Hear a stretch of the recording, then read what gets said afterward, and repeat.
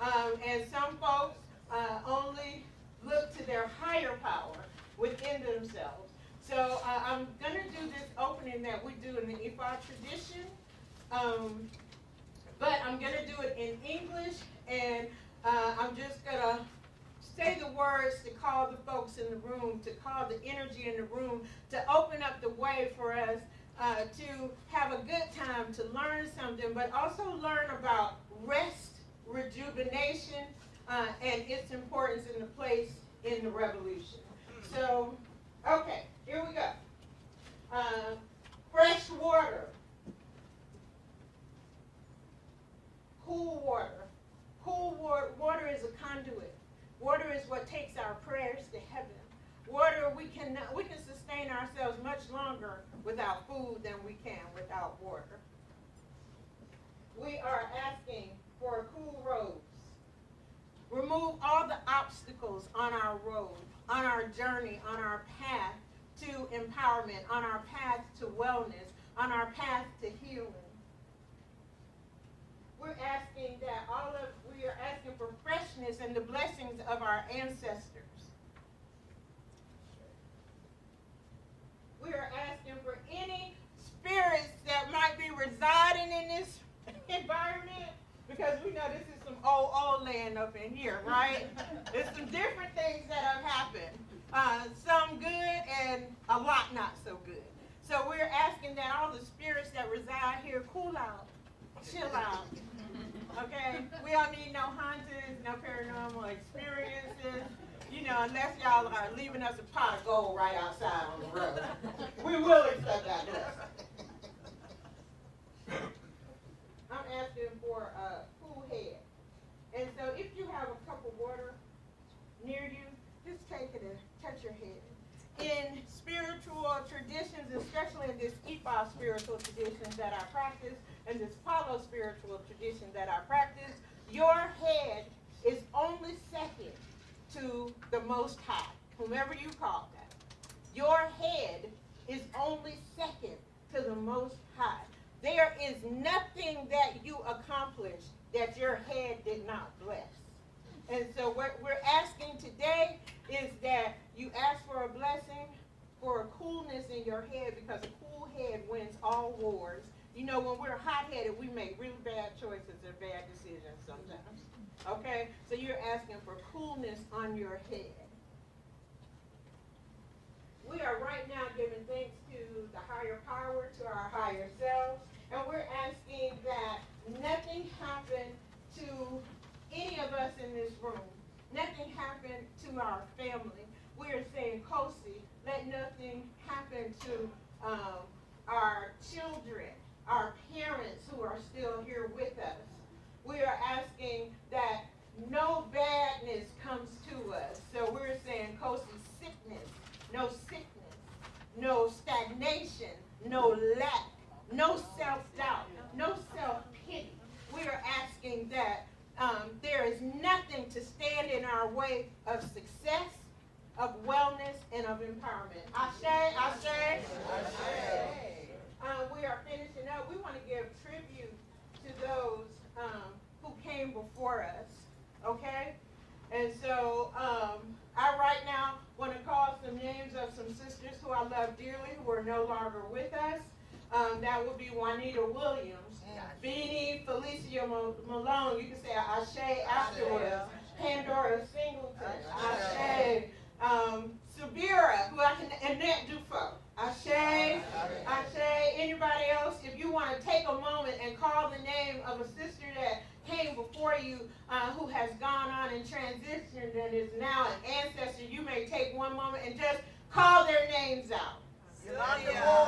Ashe. Anybody else? My mother, Eleanor Mansell. Ashe, Ashe. My great-grandmother, Nanny. Ashe, Ashe.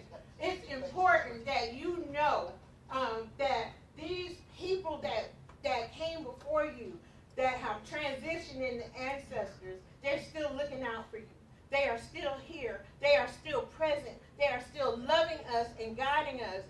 All the time, I will look down and I'll see a dime. My grandmother used to play a single one. in the QB number back in Florida, back in the old days. And so what we started noticing in my house, in my mother's house, when we run into some strife or some confusion, we'll look down and there will be a dime heads up. And so that is my grandma. And I'm getting on the plane, I was so nervous. I was like, oh my God, I'm so nervous. The planes are just falling out of the air. I'm so scared to fly. And when I got to the boarding pass, I looked down at my feet and there was a dime face up. Don't worry, baby, everything is okay. I got you. Okay? And so here we are finishing up right now. We're going to ask for fulmini, for us to bring great spirit, bring to us good fortune, bring to us abundance, bring to us joy, bring to us success in all of our projects and in all of our endeavors. We're asking for good health. We're asking for wellness. And we are asking for rest when we need it. We are asking for the discernment to know that we have to do this work. This is vital, but we can no longer go on the premise that I will sleep when I'm dead. At least as I get close to 60, that dead thing is a little closer than I like to imagine. So I don't say that no more. I just try to get some rest. I just try to get some rest. Okay? And so with that, we have opened up the road to learning. We have opened up the road to sisterhood. We have opened up the road to empowerment, wellness, gladness, and joy. Ashe? Ashe. All right, it is important that we do the acknowledgement of the indigenous peoples. And so I'm Teresa. Smith College acknowledges and appreciates that the space in which we gather today is built within Nunavut ancestral homeland. We recognize our present-day neighboring indigenous nations, the Nipmuc and the Wampanoag. Thank you, Wampanoag. Thank you, Mom. To the east, the Mohegan and Pequot and Narragansett. To the south, the Mohican and the Mohawk to the west, and the Abenaki to the north. Finally, we acknowledge and celebrate the presence of indigenous people here among us today. Ashe? Ashe. All right, so as I told y'all, I am a daughter of the movement. I have worked for the National Black Women's Health Project before it became the imperative. Imperative. Let's talk about the impairment. That was a Freudian slip. Okay, I mean that. I've worked as a frontline abortion and healthcare worker at the Federation of Feminist Women's Health Centers. I have been volunteer services, administrative assistant, whatever the hell Dejon Dixon told me to do at Sister Love. I have followed Sister Song from Miami to Cairo, Egypt, and China, and all of the places. So what I did was I had to pack a suitcase and bring some stuff with me, right? I couldn't fit all the memorabilia. But in the back is our honor and altar room. On that table, I have some things, some items from my travels and my life with this movement. We also have a piece of art called Metamorphosis. And next to her is a sash that says Black Girl Magic. Because one thing that we know is that we make magic wherever we go. And so I wanted to honor that magic. And I just have to say a shameless plug. Metamorphosis is created by my husband, Travado. And then in the middle is a beautiful mother, and she has a basket. And there is a tea light candle, and there is some fruit. I'm going to put some water in the plant there, honoring and calling in all of the positive energy. Throughout the day, I invite you to take a minute and write out an intention. Just tear a little teeny piece of paper, write out an intention, breathe on it and put your ashe on it, like, right? And then fold it towards you, go in the back and stick it in the basket that she is holding. And grab a tea light. and turn it on. You know, they're LED because we didn't want to burn Christmas house. And leave it there, okay? My thing is, I think that when the tea light goes out, your intention, your wish, your goal will come true, okay? Because for me, a big part of success is the knowing. The big part of setting intentions is the knowing that what you're doing and how you're moving through the world is guaranteed success. If I believe so, and so it shall be. Ashe? Ashe. That's all for me, y'all. Thank you so much again. Thank y'all. I'm so excited to be here. Who's up? You, Mom? Jaleisha. Yep. I just see Jaleisha. Oh. She's right there. A mind is a terrible thing to lose.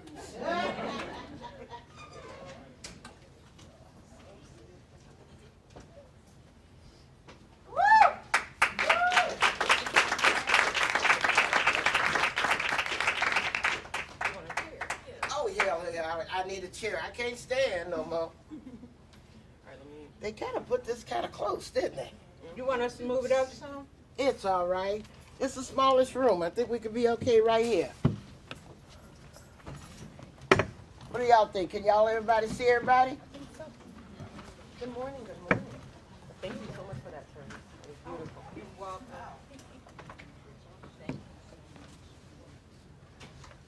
All right. Phew.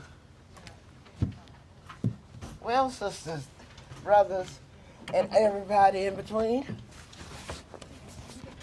Let me get the mic on. Can you hear me now? All right. Oh, I want to thank y'all for believing that we could pull this off. Our conference on reproductive justice futurism. My name is Loretta Ross, and I am an associate professor here at Smith College in the program for the study of women, gender, and sexuality. Hello, good morning. So good to be in community with all of you. My name is Jaleisha Jolly, and I'm in the program of, in the Department of American Studies and Black Studies at Amherst College. And we didn't coordinate this, but we were both wearing black and white. Look at us go. When you got a partner, it shows up in all of these mysterious ways. Good to be in alignment. Well, the first thing I want to say is that reproductive justice futurism is about hope. It's always about our belief in the future and our belief that things will be better in the future. It's way beyond our dreams. You know, it is what can we do now to make these dreams of tomorrow possible? And how can we make it not only better for ourselves, but for our descendants? I get asked all the time by people in my classes, why should I have to struggle against white supremacy and fascism and stuff like that? I'm tired. I'm tired of taking all that stuff on. And I tell them, you don't have to fight it. It's a choice, right? But remember the chain of freedom. The chain of freedom stretches back towards your ancestors that we just called into the room. And it stretches forward towards your descendants for whom we're working to build a brighter future for. Your only job right now is to make sure that chain doesn't break at your link. You don't have to fight it, but keep in mind that that chain could break at your link if you choose not to. You know? So you don't have to do it. You can refuse the privilege of telling white folks about white supremacy. You don't have to do that. But keep in mind that you get to say things to white people that would have gotten your parents and grandparents lynched.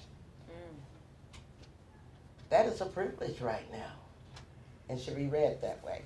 So let me just keep running my mouth, because I will. Even as we're having this conference, 2 weeks from now, there is a pro-natalist conference being put together by eugenicists down in Texas. And if you like, we're going to share the article with you that's in The Guardian about this. They are literally saying that they want to resurrect eugenics, that they believe that only privileged, heteronormative white people deserve to even be part of the future. And it's being put together by a group that some of you may recognize, the University of Texas at Austin, which is a fake university, because this is that university that people who said that colleges were too liberal decided to start about 4 or 5 years ago. People like Barry Weiss, who used to be with the New York Times and all of that, they consider themselves heterodox, but they really consider themselves anti-woke. And so they're having a pro-natalist conference. And so they're making plans while we're trying to catch up. Because we have been so obsessed with these fights from the 19th century over abortion, over the 14th Amendment, over the ending of white supremacy. All of these things we have been preoccupied with meant that we have not paid sufficient attention to what's going on down the road in the 21st century. And so this is where we are. But we know as black women we can never assume that structural racism and sexism will disappear no matter what the technology says, no matter what the technology promises. We believe that we have to actively work to deconstruct these systems, not magically hope they'll go away just because we get better toys. That's not going to happen. And so, I guess I want to shut up because I want to save enough time for both Felicia to say stuff, because I wrote out a whole bunch of stuff I could say, but we've got such a kick-ass lineup for y'all. I'm telling you that I don't have to worry about what I need to say because we've got experts here to say it, and I just want to thank y'all. First of all, are there logistical things that we need to tell people? You can see that the food's downstairs, the bathroom's down the hall, right? The altar's that away, and all of this is being live streamed. I hope all of you signed media releases when you came in. If you did not, go back downstairs and do so. So, Jaleisha? What's the hashtag, Jalecia? What's the hashtag, Janae? Thank you for passing the mic, but I'm gonna actually ask the group, do we want to hear the notes that Loretta had before we dive in? Because I'm like, we want to hear the wisdom. Okay, I just want to emphasize that part of this moment is the intergenerational aspect of this transmission, right? And when we plan this and conceive this, we emphasize both the past torching, but this important collaborative dialogue. So I don't want to cut you short. We don't want to do that. We want to give you space to drop it like it hot, to drop those notes. And then when you are finished dropping wisdom, then I'm happy to, take the mic and contextualize our opening. But we want to hear what you have to say, right? Yeah. Well, I'm going to check the program because, when you talk to you're a professional talker. We have time, 9:30. Loretta, should I see if you have any questions? Yeah. Did we have any logistic questions? Pick up a mic and tell people. Hello, welcome everyone. This is Jeanette. Welcome, thank you. So we have the butcher paper on the table, notes, what plenary you have questions or comments about, please put them on the paper. Put your name on the paper so this is memorialized, and if you have questions, please feel free to ask me. That, I think, is the extent of the logistics. All right. Bathrooms and lunch. Tell us those. Bathrooms, there are bathrooms. This way is the ladies' room. There are other bathrooms available. I'm not exactly sure where. I apologize. They're all the way down there. And then we'll be having lunch here. We'll be having lunch here today, and then there is a cocktail reception this evening. Okay. All right, so that's for today. We'll do tomorrow. All right. Thank you. You're welcome. And you can give about 5 minutes. Okay. Well, one of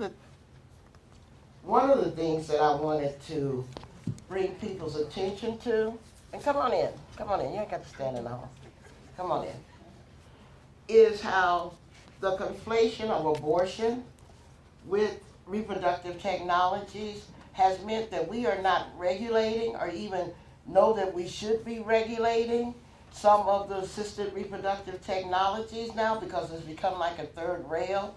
Nobody wants to talk about what happens to frozen embryos that aren't used, for example, because then you got the anti-abortion movement saying that's life. We can't do anything with them except bear them, let them be born. But nobody's talking about, well, if that happens, who's going to take care of them?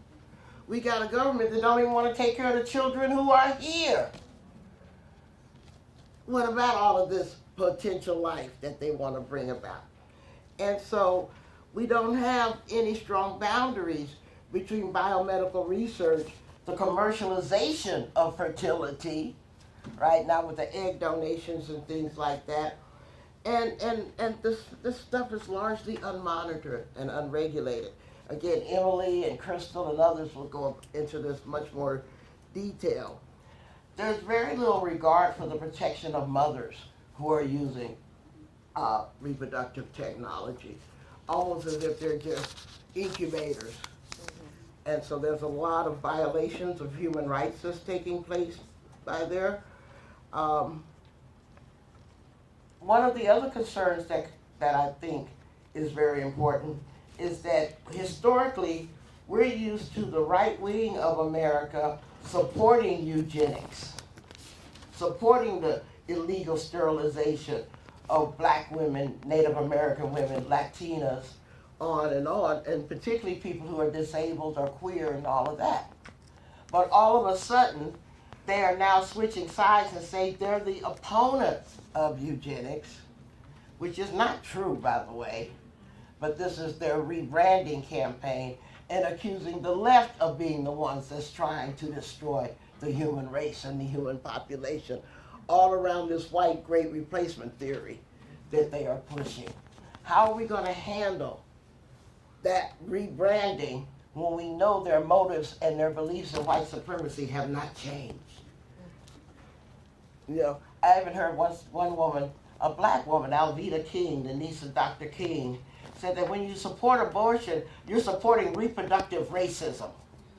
Wow. How are you supposed to handle that? Right, and those are the kind of things.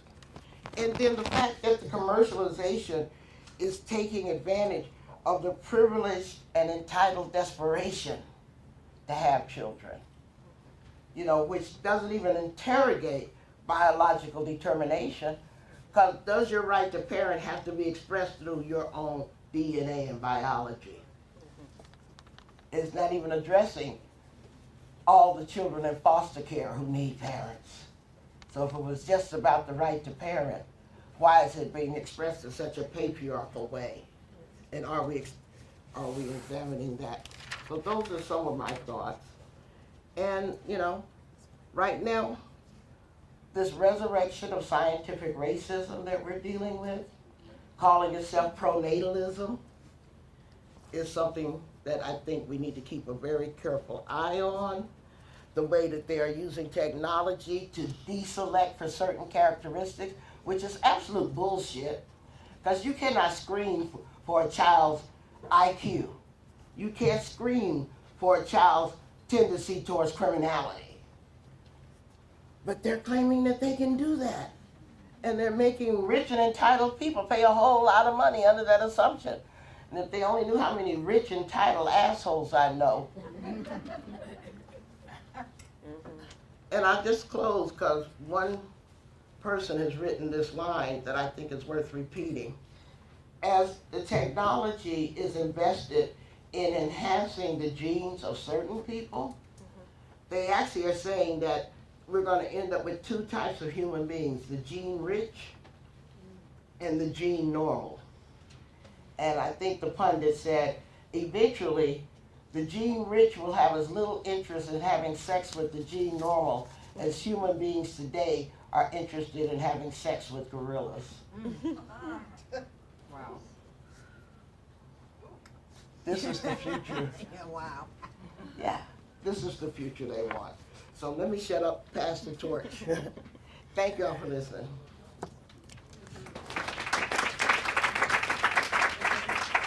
Thank thank you so much for that, Loretta. Y'all look beautiful from this angle. Y'all look beautiful from all angles, but certainly.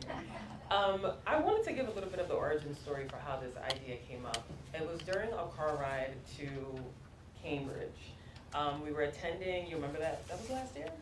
Wow. Yeah, that thing at Radcliffe That with, was just a year ago. Okay. with Yeah, Natalia Kanem and a few other leaders in global health, they were honoring Partners in Health on Radcliffe Day. Good to see you, Ronnie. They were honoring Partners in Health for Radcliffe Day, and as we attended, well, one, I had the privilege and opportunity to meet Natalia Kanem and learn more about the transnational feminist, Black feminist history and organizing around reproductive health rights and justice.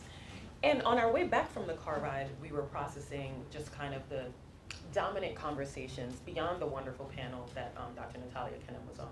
And one of the things that came up for us was just the ways in which the day was honoring women in global health leadership.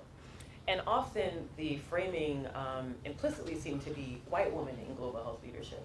And there were many conversations that we were having in the car ride just around what it meant to, engage a global health that typically disengages the lived experiences and needs of historically marginalized groups, or Black women's leadership, or the leadership of people in the global South in meaningful ways, with a few examples. And also we wanted to kind of think about how do we engage a space like this, but think about sustainable, actionable strategies. So this is where the idea came about, and we wanted to think intentionally about how to connect what's happening in the U.S. to a broader space beyond the United States borders. So I open with a few brief remarks. We are alive at some amazing and intense times where the urgency for structural change and societal transformation meet the realities of violent backlash and white supremacist violence. Times where the attacks against basic human rights and reproductive freedom meet the growing calls for sustained RJ in action. Times that call us to confront white reproductive nationalism, to continue to confront white reproductive nationalism using Black feminist legacies of collective mobilizing in action, coalition, and community building and justice in practice. And it is our Black feminist visions of justice that meet our moment with purposeful and vibrant intention. And so we know that dominant narratives embody both Black women's erasures of the erasure of Black women's lives, needs, and contributions, as they also sustain the suffocating devaluation of all lives, particularly those relegated to the margins. And we see this as we see discussions, as Loretta mentioned, of pro-natalist agendas that combat the so-called demographic threat of declining birth rates by justifying infringement on bodily autonomy. We see this as we see the reinforcement of moral panics about fertility crises and declining sperm counts rooted in calls for population control and racial hygiene. We see this as we see the weaponization of vitro fertilization by anti-abortion strategists and legislators and their rhetoric, their laws, their litigation that connect abortion to the concept of fetal personhood, to subject care providers to criminal and civil sanctions. And we also see the enshrinement of white privilege and white purity alongside institutional violence, not limited to the US, but across the global South, which is part of the conversations we were trying to make in that car ride. We see this as we see the rollout of multi-purpose prevention technologies, MPTs, and an innovative approach for expanding combined pregnancy and/or disease prevention, meet the ongoing attacks on global health and foreign aid that have undermined USAID-supported HIV prevention and reproductive health services. And we see this as we see young Black South African women, for example, become newly tapped resources of a multi-billion-dollar market for reproductive services, which raises multiple concerns that are, ethical, economic implications of the market. So this brings us to the purpose of the convening. This is the space in which a reproductive justice futurism convening of this kind emerges. And it enters to build an interdisciplinary, intersectional, forward-thinking framework for this movement. And we really solidify the convening's agenda through a series of conversations with our planning committee. Planning committee, raise your hand. Raise your hand. Thank you so much. Thank you so much. And these are an intergenerational, multiracial group of leaders in reproductive justice, birth justice, racial justice, gender justice, human rights, all of us coming together over these last few months since we met in person in July to examine genetic and reproductive technologies using a Black feminist lens. So shout out to our planning committee again. And part of the goal of this convening is to build collective power while anticipating new theories and practices, to create advocacy for policy around reproductive technologies, community education, mutual aid opportunities, avenues for creative collaboration, so connect, exchange numbers, IG accounts, Twitter, not Twitter, we don't claim that, and Blue Sky, Brown Sky, all the spaces. As we gather to recognize the uncontainability of knowledge and technologies, we are convening to ask how communities can control these technologies once they exist, and what controls are ethically responsible. And we really want to anchor this in a strategic vision that's forward-thinking, that's interdisciplinary, that's intersectional, and importantly intergenerational, as we're trying to make these active bridges beyond academia, but between academia and communities. So the time has been here to update the work that we're doing and to really think about what it means in this context, and especially to think about the ways us as educators, practitioners, work with the current and next generation to really fuel this intergenerational knowledge transmission. So it's an honor to be here. It's an honor to learn from you, Loretta. It has always been since I met you when I was 19 at Williams. And it is, during my sophomore year, and it is an honor to share space with both the people on the committee as well as the attendees, new and old, and to develop these connections. So we're looking forward to an imaginative, enjoyable, pleasurable gathering. And as Loretta likes to remind us, fighting fascists should be fun. So we're gonna have some fun. We're gonna have some fun. All right. And I just wanted to bring back into the room how iterative and creative it was 31 years ago when 12 black women created the theory of reproductive justice. And I was just lucky enough to be in that room when it happened. And the way that we imagined a new way to talk about reproductive politics was to center ourselves in the lens. Mm-hmm. What did we need from healthcare reform at the time?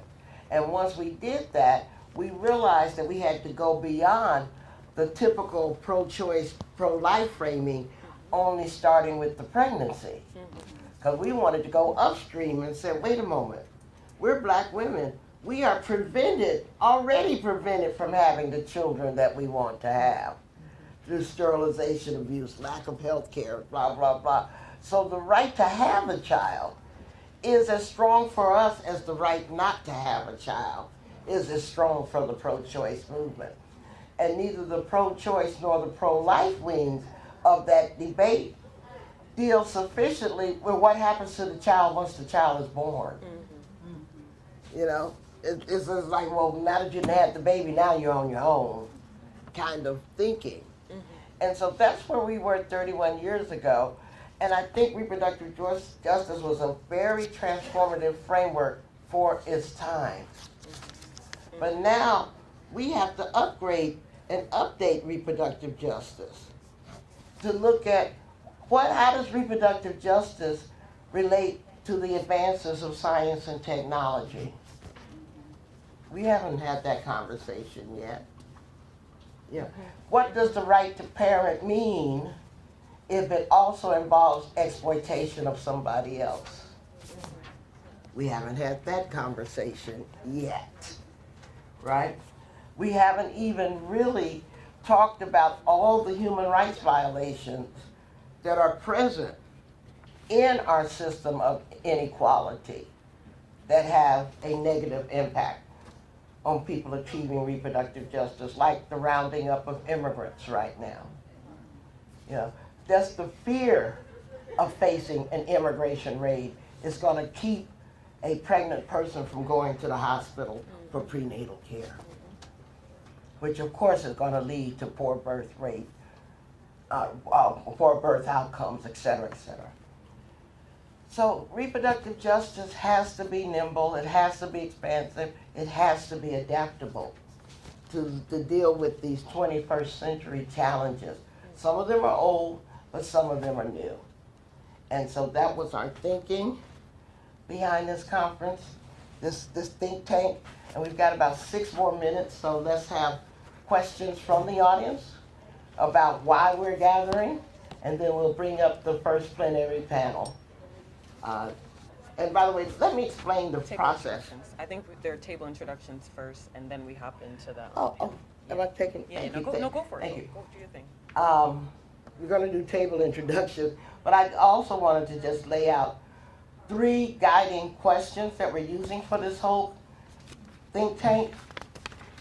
What do we know about reproductive and genomic technology? What do we need to know? Where more do we need to know? And who most needs to know this information? And we define that as the most vulnerable people. Those are our guiding questions for everything that proceeds over this next 3 days.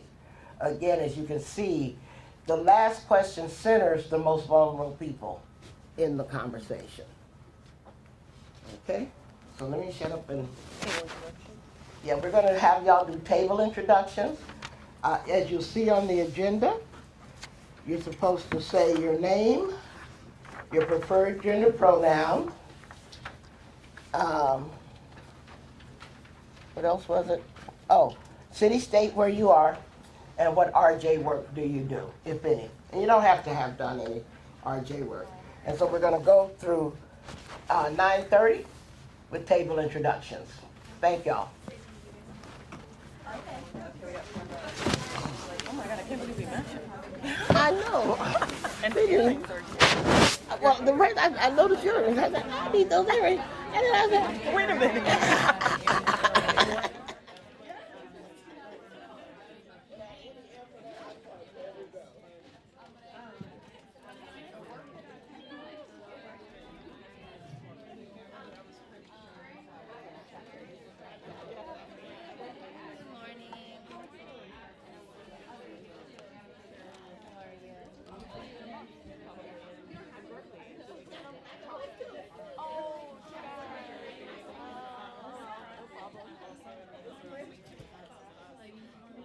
Good morning. Nice to see you again.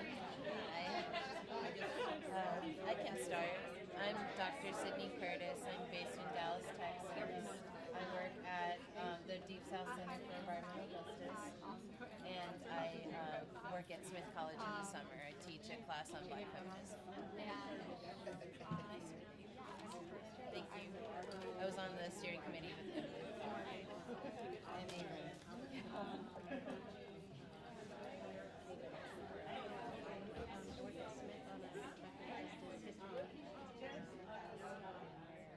The project is created now. Tell the story of resistance to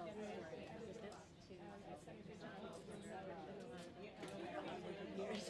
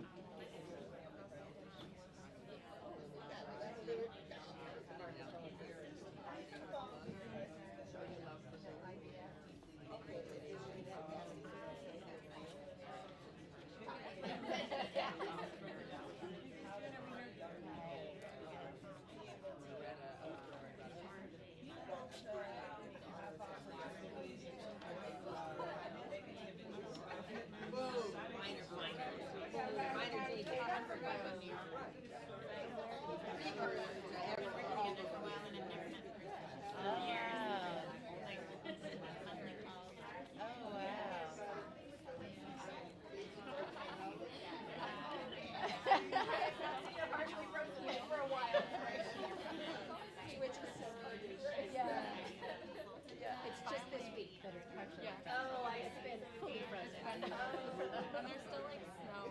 I call it some places. It might like piles of dirt. Yeah, exactly. Especially downtown, they like piles it all up. Winter, and maybe last winter too, there were like a few magical days where you could ice skate on the river, which doesn't usually happen. It's really, it's moving. And it's shallow, but yeah, that is like really makes you have to Yeah. because otherwise yeah, it's really nice. It's nice to see it thawing. Feels good.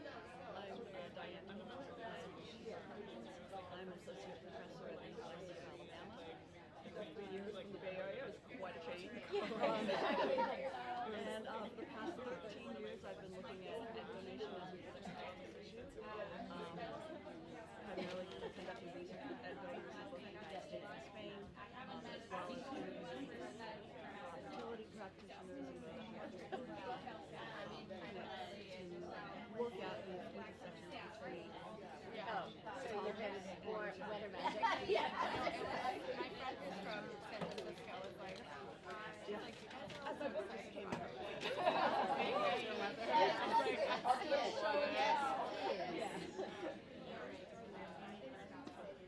Did you bring a bunch? I only brought one. Awesome. It really was. Yeah, right. It's awesome. I'm going to have a celebration of water on her head. Oh, good. Very good. Oh, that's I'm not ready yet, but I'm here. Yeah. Okay, well.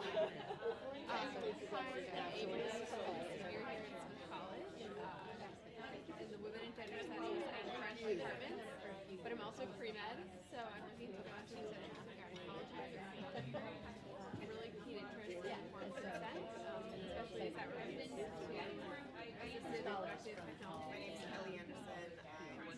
I am speaking to historians, historian, all kinds of things, but I'm really interested in first reproductive technologies like yes, and the ways in which we haven't really gotten to the implications of them yet, and looking at the implications of historical cases.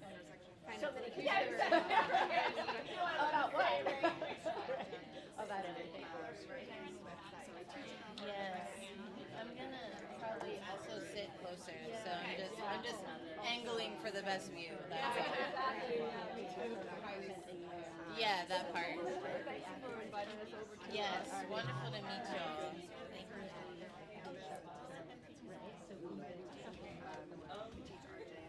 Top off my coffee. Yes, good idea. And so, like, you know, there's a little bit of how do we verify Yes, exactly. right, so it's, you know, it's like you don't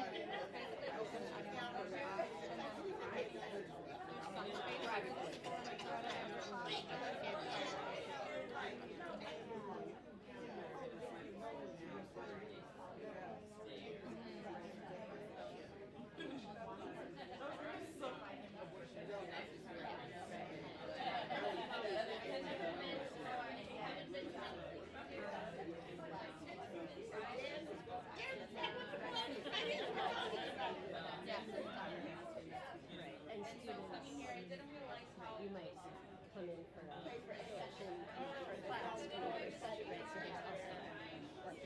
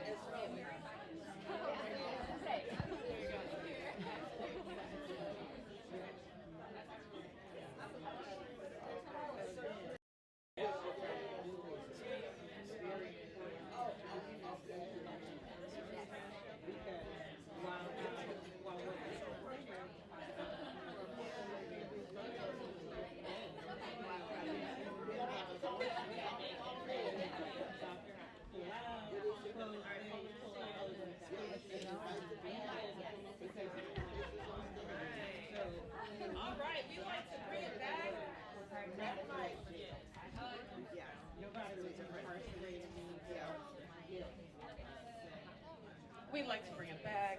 The introductions are looking lovely. Glad you all got a chance to meet. So as we bring it back and wrap up to the next thing on the agenda, we are going to pass the mic to our first plenary 1. Plenary 1. Dr. Lynn Roberts, Billy Avery, Davon Diallo-Dixon, Emily Galpern, Dr. Crystal Fleming. Can you come to the front? Plenary 1. Why is reproductive justice necessary from the past to the future? All right, give it up to our first plenary. Nice to see you off of the Zoom. Make you figure it out. And also the on the Indiana University right now. Oh, look forward to it. Actually, that's very good. I would take the mic with you. We'll figure it out. But I would this whole thing. Where should, how should we? So you get in order? Yeah, please sit in any order. I'm last. I think it's in so order I can go makes at the sense, very but it end. doesn't have to be.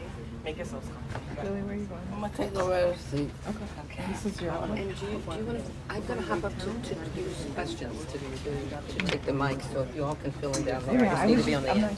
Yeah. Jenny, I haven't heard of it. Yeah, I haven't. I was wondering what happened with that. Because I hadn't heard from Jenny. Can you fill in, do you want to come in this way or go I'll go around? this way. Yeah. Her beer was dying till we stopped, but I wanted to communicate. Okay.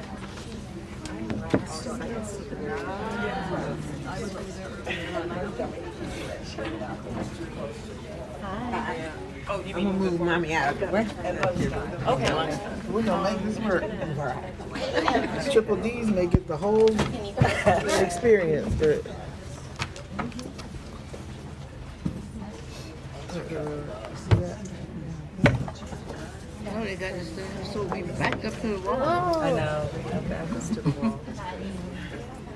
Wait, what song was that? Got my back up against the wall. Damn, come on. Get down on it. Isn't that what it was? Let's bring it to the reception tonight. You know what I mean? I'm ready. Yeah, I'll do that. Okay. I'm trying to do that for this morning, and I'm. All right. Good morning again, everyone, and thank you, Loretta, for opening things up, and both of you just doing a wonderful job of bringing us together. And Terry Lee, I mean, come on, you just brought it. So, I've been told we have plenty of time, but we are giving each of our panelists 10 to 12 minutes to respond to the 3 questions that Loretta shared with us. Just to repeat those, what do we know? What do we need to know? And who most needs to know this information that is being shared?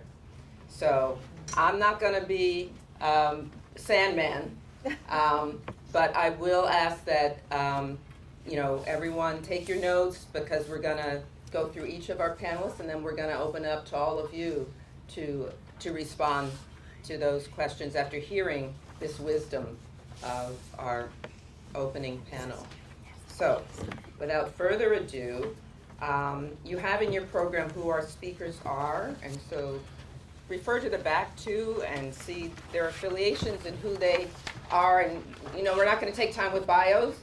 You should already know who some of these folks are, and if you don't, Google. it's on you. No, we're not going to Google either. Oh, We don't sorry. do Google, but find your way to who they are.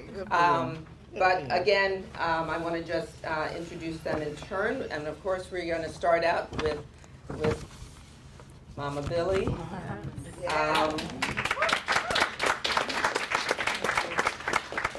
Who, if you don't know, I'm all right. So, We're praying. the floor is yours. Thank you. Thank you. Good morning. Good morning. Good morning. Is it working? Good morning. Is it what? Here. Here, Billy. Here, take this one. It's good. Oh, well, good morning. Good morning. How y'all doing? All right. Okay, so, Loretta kind of asked the impossible, expecting it to be done, of course. 12 minutes to give the history of black women's health. Take your time. So, Plenty of time. So what I decided to do, which is a talk that I must have given 7 million times already. One thing that happens when you get old, you're always asked to do the history. So, but I'm glad, because we need to know where we came from so we can have an idea of where we're going. And it always is an honor.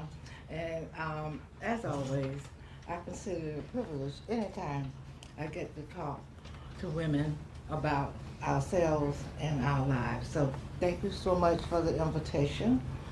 I thought I'd talk about really moments in building what I call the Black Women's Health Movement. I didn't realize we were doing that until we moved to Atlanta in 1981. I'm gonna back up and tell you a little bit of other stuff too, but in 81 we moved to Atlanta, and Jean Young, who was the wife of Andy Young, who was the mayor, welcomed us to the city. And she said, well, Billy, you all are starting the movement, and Atlanta is a great place of movements. Well, I didn't know what to do with that, because my mind went to the civil rights movement and all of that, and here I was, up from Gainesville, Florida, who did not know what I was doing. All I know is that I was doing.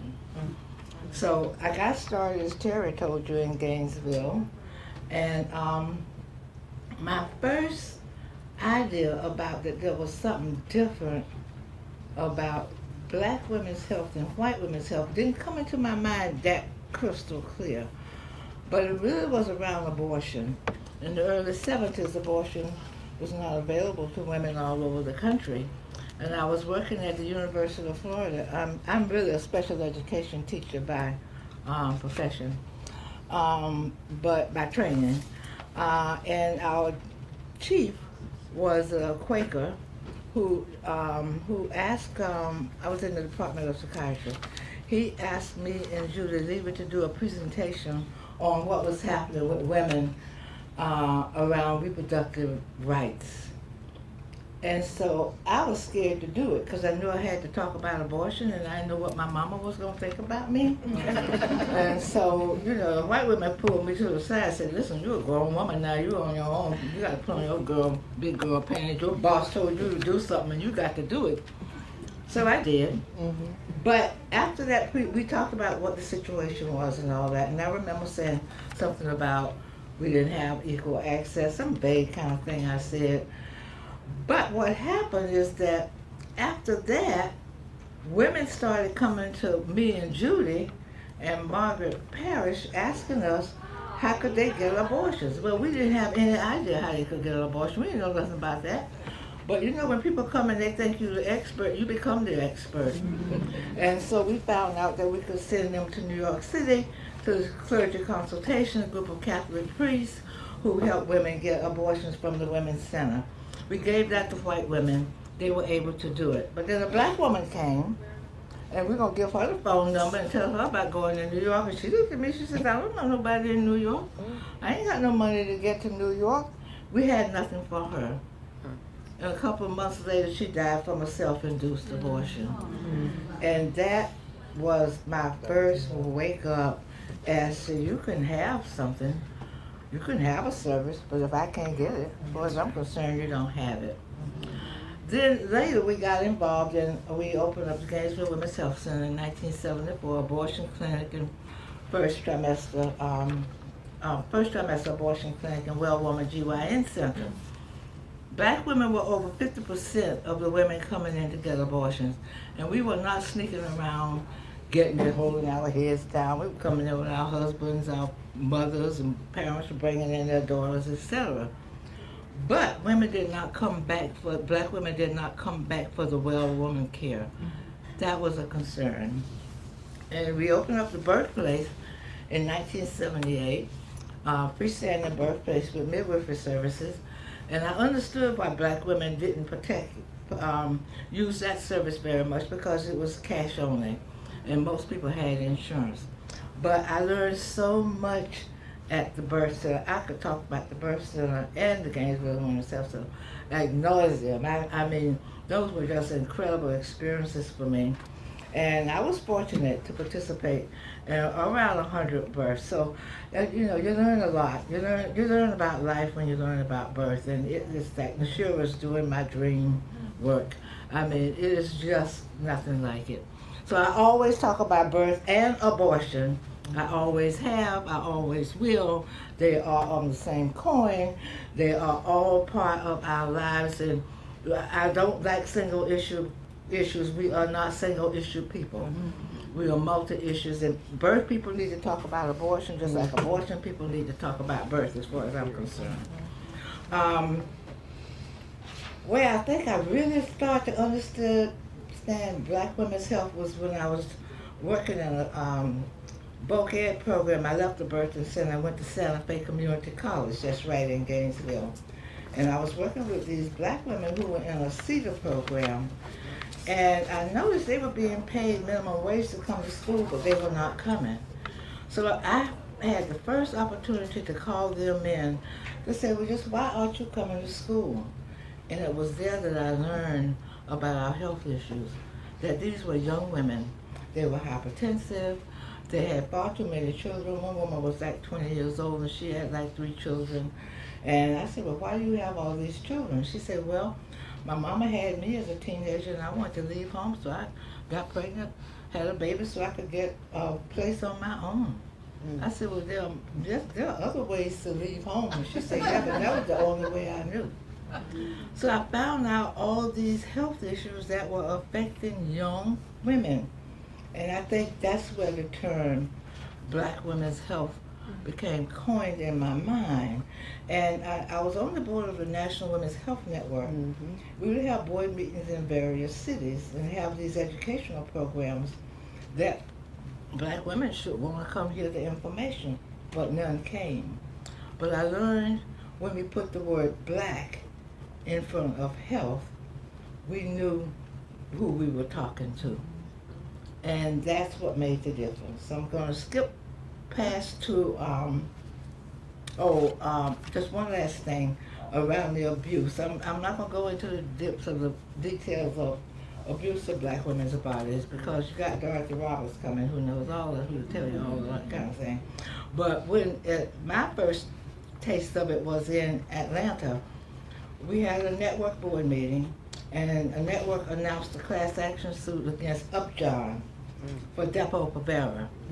And when that thing hit the Atlanta Journal-Constitution, our small office, our staff of 2 people, me and Shay Youngblood, God bless her dear, we were flooded with calls from black women who had taken Depo-Provera. They had not signed consent forms.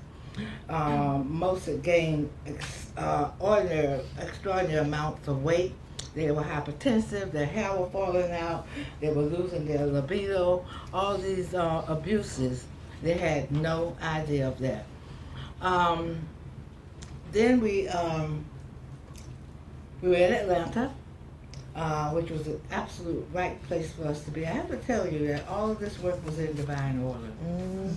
Everything I needed to have fell in place. I would go talk to this person, they say you need to go talk to this person, they give me the name of 5 or 10 more people. I couldn't get through the list because Atlanta was full of resources.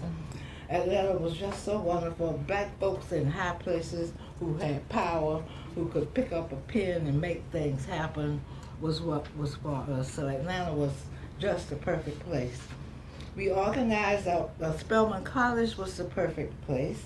I was invited to come speak at Spelman for Health Careers, and I hadn't been on Spelman's campus ever.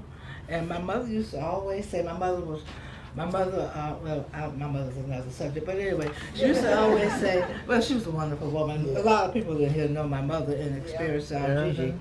But she used to tell me they have more colleges in Atlanta black colleges in Atlanta than they have in the whole state of Florida. And so Spelman College was always going up there with Fisk University, which were our, go-to schools. But anyway, I finished speaking at Spelman and I'm walking down the corridor and there was a Harriet Tubman corridor, Sojourner Truth Way, and all of these places. And in 1975, I attended this big conference that our bodies ourselves put on at Harvard, who they didn't know what was going on. But, women from all over the world were talking, all over the country were talking about health. And so right in that moment, Spirit hit me and said, this is where you should have something for black women. And don't you know, I told Judy Narcissian about Bodies Ourselves. She said, my best friend just was made provost at Spelman. Let me call her. I went and met with Barbara Carter, Beverly Guy Sheftar, who's still there, Pauline Drake, and bam, 2 years later, it was there. Spelman was the perfect host. The only money that passed hands was the money that I paid for the food. So in 1983, in June, third week in June, we convened the first National Conference on Black Women's Health Issues. We thought we'd have 200 to 300 women come. We had over 2,000. And we didn't know what we were doing, y'all. We were a planning committee of 20-some women from all over the country. We didn't have the internet, and we didn't have all this copy, all these things you all got now for getting the word out. We had the mimeograph machine, we had black and white print, and we had the most important thing that was called word of mouth. Yeah. And the fact that we had a planning committee of 22 black women from all over the country who went back to their local places. The last thing I'm going to tell you about, there's a ton more, y'all, that, you can ask me questions, ask me anything. I'm just giving you just some highlights of how the thing got started. We knew that we needed to do more work around getting black women to talk about abortion. We were still kind of silent. So we were able to pull together, I remember, NCNW. Remember that program we had? I had a Spelman with Miss Height, with June, I can't remember. I can't remember. June Jackson McCabe. Yeah, June Jackson McCabe, yeah. And all of them it was big to stand up in front of all of us and pledge that their organizations, even the big black organizations, would get off of their silence and that they were for reproductive rights. I think that's what we were calling it then. I don't know, we're going through so many names. But at least they were verbally saying it. And then we came out with the We Remember statement. Yep. Then we came out later on with a big announcement with a whole ton of us signed on the Washington Post around abortion rights. And said, you all can get all that. It's all in the history. And go over to, you got the big archives here. It's got everything. Go read that for yourself. But what we did that was the heart of our work, which is the last thing I want to talk about, is we formed self-help groups that were sort of based, sort of like the white women's consciousness raising groups, and we couldn't say the word feminism with black women because black women say that's white women's stuff. So we use empowerment. But we came together and we told our stories. I still want you to use this as an organizing technique. You come together, you tell the stories of your life, because that is where you learn how you need to organize and what the issues are. Don't assume that as an organizer, you know what people need. You don't know what they need. All you need to know is you don't know. Period. And that you need to find out. And the telling of the stories, establish confidentiality. I can tell you later how you do all that kind of thing. But what we need now, y'all, the black women are pretty much together with this organizing and reaching each other and reaching us at all income levels. We got that. White women do not have that. I do not understand why you all don't organize across class. You have to do it. Don't leave all those women to the Trump people. You know their husbands are beating them. You know what's going on in those families. You know they're having a rough time. They need to learn about reproductive justice and the work, and they need to know how to stand up. And y'all need to overcome whatever kind of thing you got going on. And if you want to know, when I said this at Smith last year, then Paltrow wrote me and told me, she said, Billy, every time you say that, I think you're talking to me. and so she sent me what she's done. She's done the organizing. So I said, okay then. I wasn't talking to you specifically, but I was. And I said, well, is it okay if I tell the white women who are scared to do it that they can call you and you can tell them how to do it? And she said, absolutely yes. But, this is serious. Because there's a whole group of people that's missing from this puzzle that y'all need to reach. And white women are real okay with going over into the housing projects and organizing low-income black women and doing this for them. Go do it by yourself. Down your color line, you get a different understanding. Because the poorest white person think that anything they can do is better than the best black person in the world, and that needs to be unhooked. Okay? So I'm going to close with, help me with his name, Dejan? Labi Safray. These words I want you to, let me just remember. This is a brother sings this song from South Africa. However, Dejan just informed me this morning that there's a sister who sings it a lot better. I'm not going to sing for y'all, I'm going to read the words to you. But let us carry these words. We have been in this place before, not this specific place, because these people have been working like for 60 years to get to where they are now. But we've been in a place of hardship before. Let's not go under a rock and say all is lost. Let's not give up hope. Let's continue to fight. Let's continue to organize across generations. I was so glad Olivia came and sat at our table. Yeah. I just want to say welcome to the movement, sister. Stay here. We need you. We need more. I don't know how old you are. You look young to me. But, we need the young people. We need the young people. His words are, the higher you build your barriers, the taller I become. The further you take my rights away, the faster I will run. You can deny me.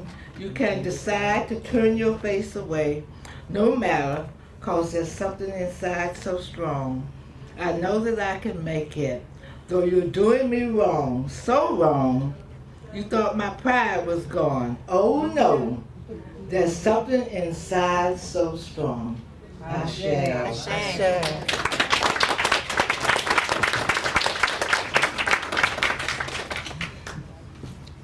Thank you so much. And that was such a perfect timing of doing this. You weren't even in excess of the allotted time by very much at all. So you did it. So I just want to applaud that.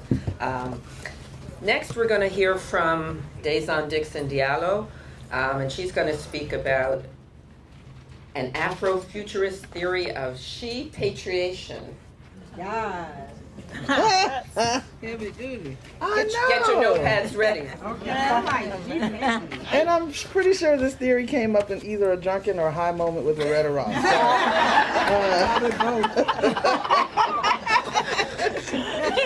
Someone said or both. 100%. And it is also one of my favorite songs, Billy, so I'll sing it for you later. Okay. All right. Please go All right. ahead and hit it real quick right now.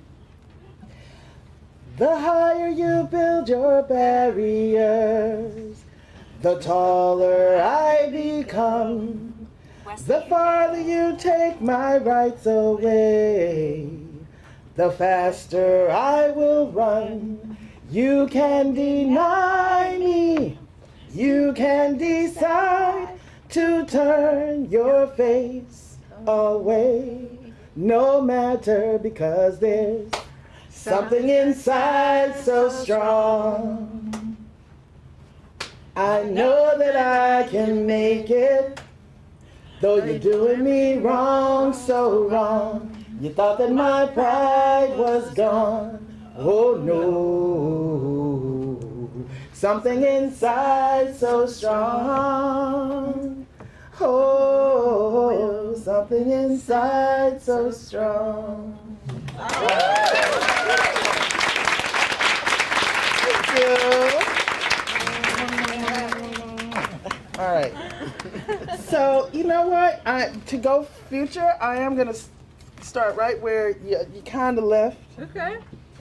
In 1983, I was on the campus of Spelman College doing my work study job between my first and second year as a student at Spelman. And I was touring a prospective family on campus, hot summer day in June, and I literally see like Angela Davis and June Jordan walking that way, and Paula Giddings and Sweet Honey in the Rock walking that way. And I dropped that family back at the admissions office and played hooky for my job for the rest of the week, because that was the seminal week of the National Conference on Black Women's Health on my campus. And so while Virginia Dixon is my birth mother, Billy Y. Avery is my movement mother. I love you. I was 17, just turning 18, and within a year I was working at the Feminist Women's Health Center. So I also was a part of the anti-apartheid movement on my campus. And while I was a student at Spelman, we had the advent, especially in terms of recognizing it in women, we had the advent of the AIDS epidemic, which we also now know as the HIV epidemic. So I'm working at Feminist. I got my anti-apartheid. This is my fight against racism, because I'm supposedly in post-civil rights at that point. I've got my black women's shoes, my foundation, my groundation. And for some reason, between the HIV story and the reproductive rights story, black women were lost. And therefore came Sister Love. So as I've been doing this work now for a very, very long time, one thing that was made clear to me from 83 forward, and I don't want to forget the fact that somewhere like a little bit, like 4 years later, thank you, Billy, you also brought me my very, very, very best friend in life. Because 4 years later, after the first National Conference on Black Women's Health, Loretta J. Ross at Howard University hosted the first ever National Conference on Women of Color and Reproductive Rights. Right. And that's where we met and been joined at both hips ever since. I mean, we didn't even meet in Atlanta. So there are a few things that I've learned along the way, and I'm not very biased, because I think it's all fact and it's all true, because I believe it. And that is that there's not a single, how did I just write it for myself? There's not a single person, not a single human being, before, now, and future, who cannot attribute some aspect of their life to black women. Not a single person. There's that quote I hear often that black women are the closest thing to God on earth. And the reason being is because black women gave birth to humanity. We're in everybody's DNA. Yep. Even the ones that hate us want to erase us Yep. and wish that they never came from us. Mm-hmm. And so there's this ongoing argument about black women needing rest, black women tired, black women carrying the water for everybody else, black women coming to rescue everybody else. And this is a hard one to own. But when you give birth, when you become a parent, whether you gave birth or not, that's almost a commitment that whether you asked for it, whether you chose it, whether you were conscious about it or not, it is the lot in life that you have as an individual. Sorry to say, black women, but it is the lot that we have for humanity. So it's not about saving them despite the bullshit. It's about being what we were destined, ordained, and by the universe delivered to be. The planet will not survive without us. But here's what's clear. We can't save nobody if we don't save ourselves. And so the thought that I have is that for all blackness that considers itself femme, that there is a charge for us to get organized. What is his name? He's got other problems, but from a Black Power standpoint, he said a lot of wonderful things. When Kwame Ture said, you know it, right? That black people are not poor, we're poorly organized. And a part of that is how separate we are. And I mean separate not only inside the United States in many different ways, but on the planet. And I'm very much sure that what I'm calling the science of solidarity will show forth and tell us that when we get organized across this planet and we restore the continent that we call home, that this planet will survive another many, many millennia. The fact that Africa itself is breaking, right, that in a million years it's going to create a whole new ocean, means that we have a duty to protect all of what's there. And if you see what's happening, for example, in Burkina Faso, if you see what's happening in the Sahel region, where just to say to hell with France, there are countries that are claiming their resources, they're claiming their people, they're claiming their money, they're claiming everything that is indigenous and belongs to Africa for themselves. A lot of people might see that as decolonization, right? So I looked it up. I was like, what is the opposite of colonization? The opposite of colonization is actually not decolonization. It's repatriation. Oh, wow. It's returning home. Whether it's physical, whether it's mental, whether it's spiritual, whether it's financial, whether it's technological, whether it's intellectual, whatever it is, it's about reclaiming and restoring what the continent has delivered to the planet and has been raped and rid of for centuries. And it will be black women who do it. I look at the fact that 200 million people of African descent live off the continent, right? Plus the 1.4 billion that live on the continent. And within a few years, black people will be 25% of this whole global population. And the median age is going to be 19. That's what they're afraid of. That's what they are afraid of. So because I'm starting sort of this whole meeting with a solution already before we get through all of the challenges that are going to really make my blood pressure rise over the next couple of days. So I'm going to stop in the current moment that we're in. It is about their greed. It is about usurping all the power that they think everybody else is going to take from them. It is about reshaping the United States in the frame of the Calhounists of the world, in the ideology that white, so-called heterosexual, patriarchal men with a lot of money are the only people who deserve to be here and make choices, right? Yes, it's about that. But to get there, they have to erase the rest of us. So this idea of cutting off foreign aid is not about this crap. We all know it's not about the economics and the savings and the whatever. We know that. Smart people do. It is truly about creating new pathways to kill people and allow people to die because our numbers aren't changing. Whereas y'all's numbers are. 75% of Uganda, one country, 75% of Uganda, the age is under the age of 35. 75%, and half of them are under 25.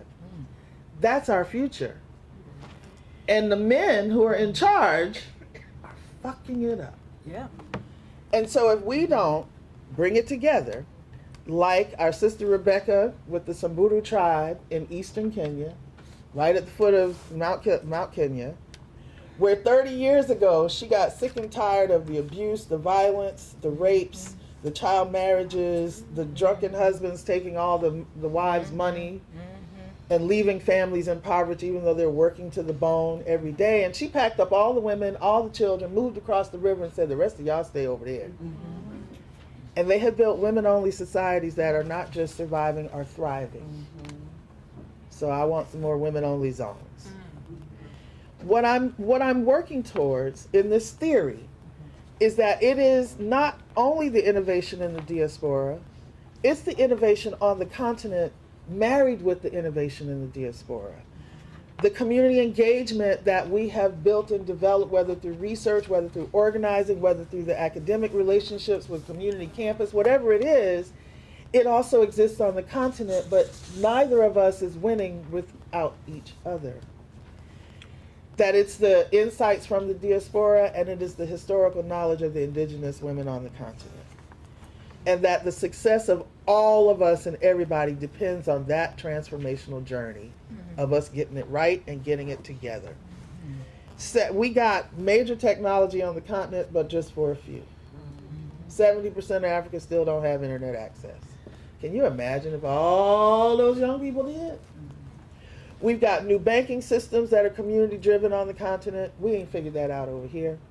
We've got communication systems that have been figured out on the continent that we still are dependent on others to have that communication.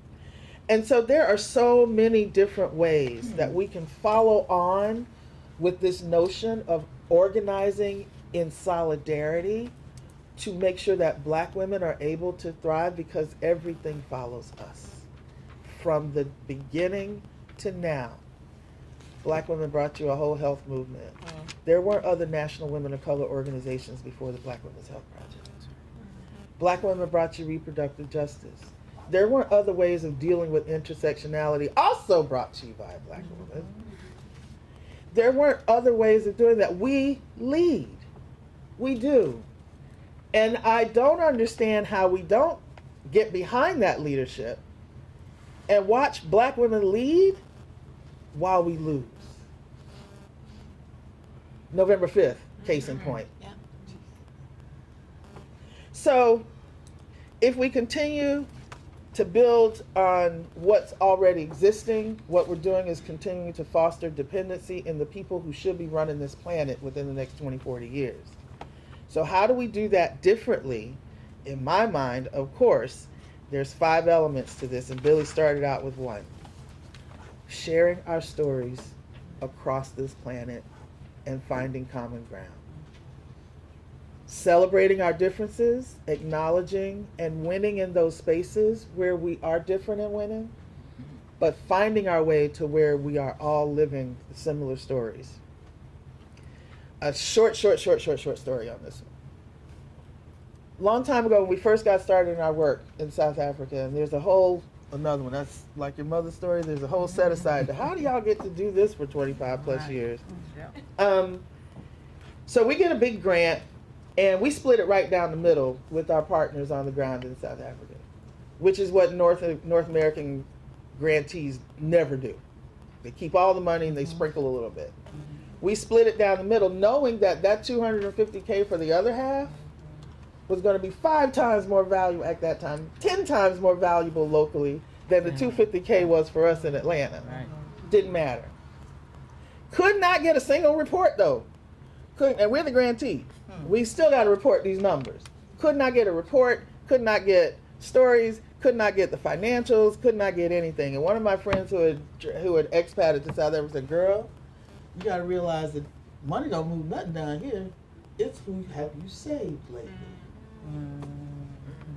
So I thought about that.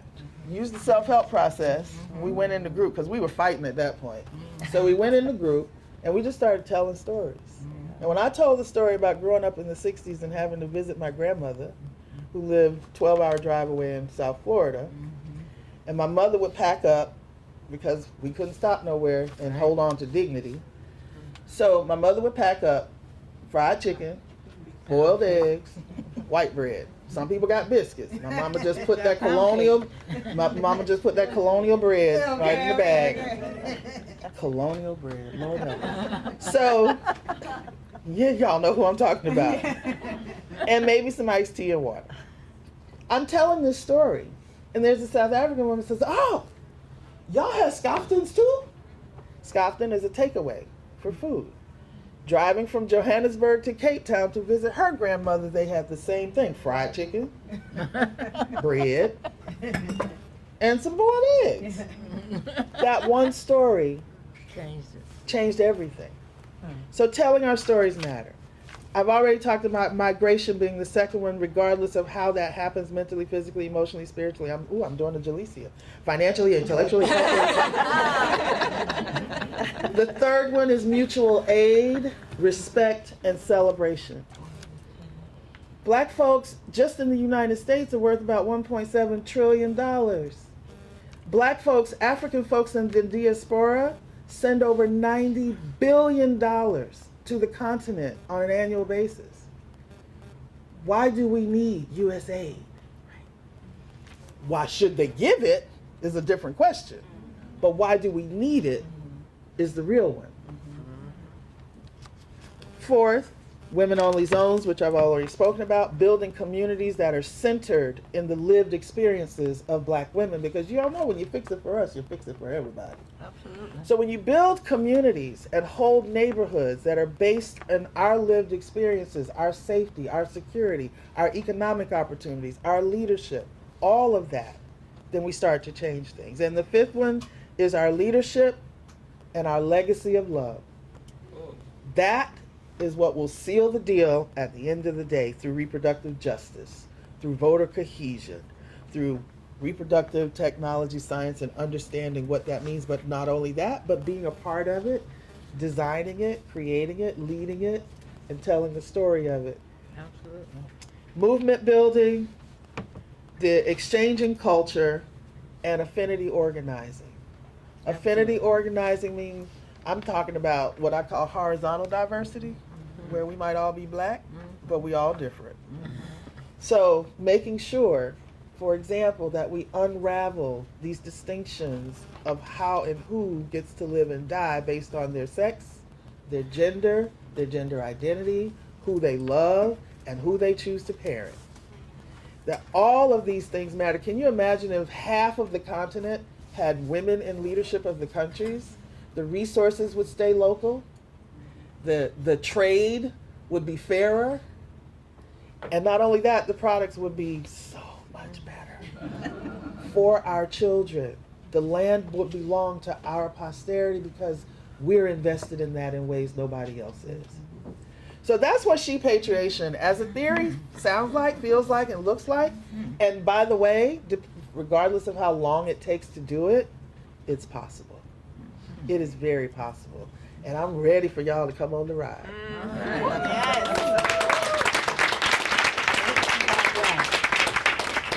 Hello. Keep that extra leg. Yeah, some of that colonial bread was baked on the campus of Howard University. And if you've ever walked on that campus in the 80s, as Loretta and I did, you know what it smelled like. It wafted all through the air. I'm sorry, I had to just mention that. That's funny because Sunbeam was around the corner from Clark Atlanta University, so you can smell that. Again, HBCUs, I'm sorry, but you know. All right. I guess we'll continue in the order unless you want to go in the order in the program. Should we go in the order you're seated? Do you have a preference, ladies? Oh, okay. All right.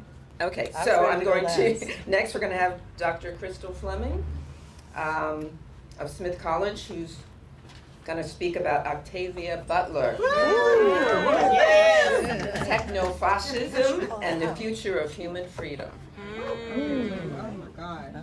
What do you think? I'm sorry, did I mix you all up?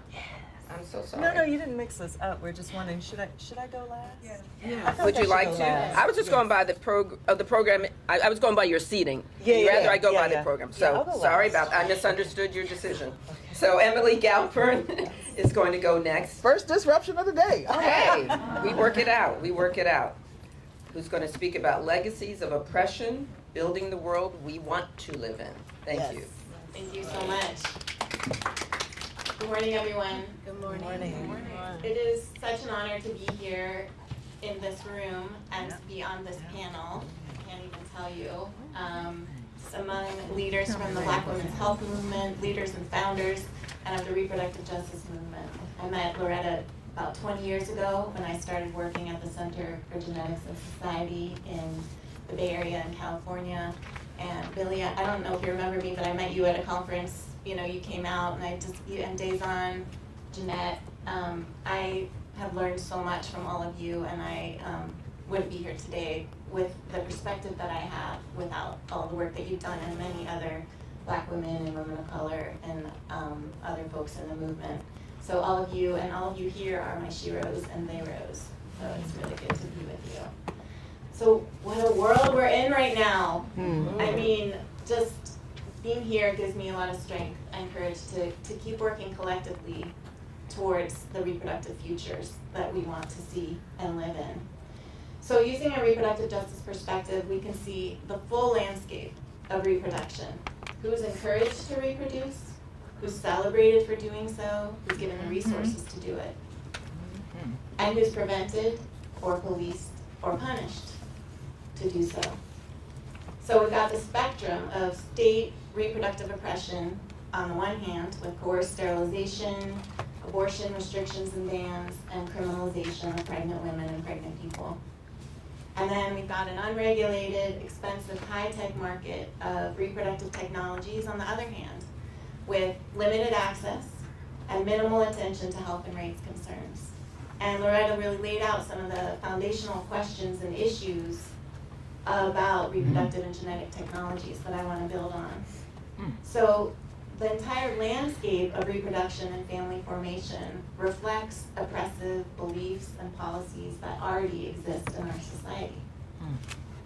And as I was saying, some people are supported in their decisions to reproduce with the help of these interventions, while others are deemed unfit to have children or have more children and are denied the ability to make the reproductive decisions they want to make. So the focus of my talk today is on reproductive and genetic technologies, one of the core issues that we're looking at as we're in the 21st century around reproductive justice futurisms. And I wanted to place these technologies along the spectrum of reproduction where state policy and the market are not siloed, and Loretta mentioned this earlier, these are all part of one picture when looking at it through a reproductive justice frame. So to get more specific, if anyone's wondering, well, what exactly, when I talk about the work that I do, people say, what do you do? And I take this deep breath, I'm like, okay, it's not an easy question to answer. And I say I work on issues that are related to genetic and reproductive technologies from a reproductive justice, disability rights, LGBTQ perspective, other social justice and human rights approaches. And I just watch, as soon as I say reproductive and genetic technologies, people's eyes glaze over. But we're talking about IVF, in vitro fertilization, egg and sperm donation, also known as gamete donation, surrogacy, and genetic testing of embryos before in vitro fertilization. People are familiar with genetic testing, prenatal testing if someone is pregnant, but we're also talking about genetic testing in the assisted reproductive technologies arena before IVF, which may be someone who's trying to get pregnant themselves, or if it's a surrogate who's going to carry the child. So other speakers throughout the next few days are going to delve deeper into these specific topics. I'm not going to get into the details. I want to give more of an overview of these technologies and others on the horizon and related issues. I want to talk about what these technologies make possible and where they raise concerns. So I think most of us are familiar with what they make possible. They make it possible to create, for many more people to create families. LGBTQ folks, single people, and people with clinical infertility. And they build broader support to value family in all its forms, to really value family in all its forms. And access, therefore, is key in terms of the costs.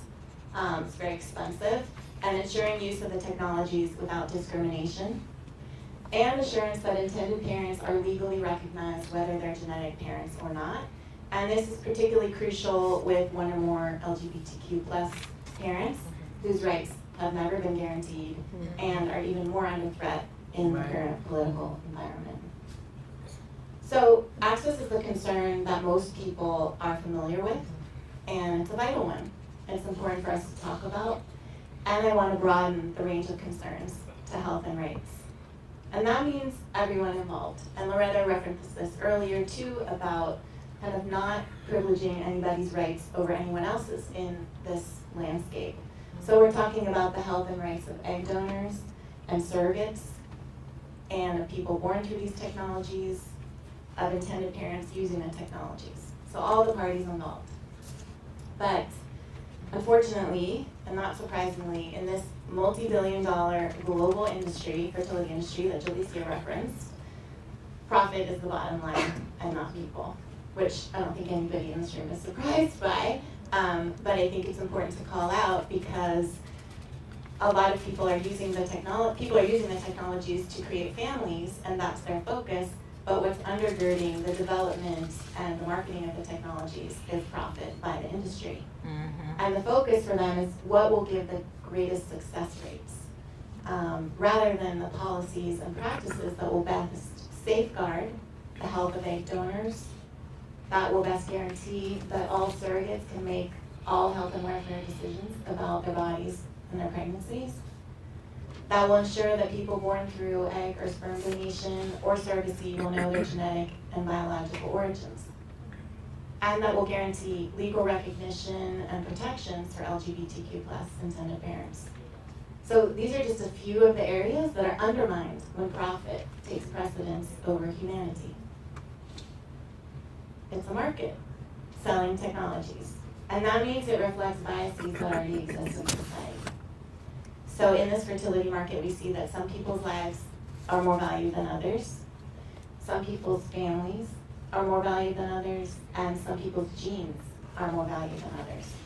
And Loretta said one of the E words, eugenics, and who and what is valued come from eugenic beliefs that have permeated our society for, well, probably from the beginning of the colonization of this land and other places as well. And so eugenics, I think a lot of us basically know what it means, but sometimes are thinking, what exactly is it again? And it's the belief that certain groups of people are fit to reproduce and others are not, and that only people with certain traits are worthy of being born. And these beliefs influence policy and practice across the reproductive spectrum. So what I was talking about before, who is allowed, encouraged, and supported to have children, and who's discouraged, prevented, and criminalized for having children. And the RJ movement has continually called out eugenic ideology carried out by the state. For example, one of the most known and prominent abuses by the state has been coerced sterilization of more than 60,000 people in the 20th century. And we know that that was not the end of coerced sterilization of marginalized groups. It continues today in the 21st century. So that's state-controlled or state-coerced eugenic, state-implemented eugenic practices or policies and practices. And eugenic beliefs also influence the development and use of assisted reproduction. And that's something a lot of people don't really want to look at because we're not talking about the individual decisions people make. We don't want to interfere with the individual reproductive decisions people make. But we want to look at why are those the decisions that are expected, or what is underneath the decisions that intended parents make when they're deciding which embryos to use, et cetera, in this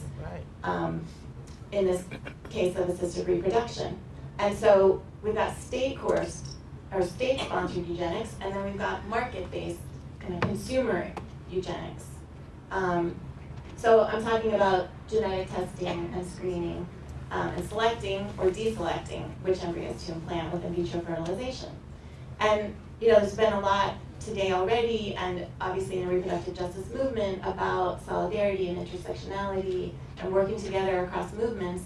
And this is an area where some people might think, oh, the disability rights and the reproductive rights movements, not so much the justice movements, because they get it.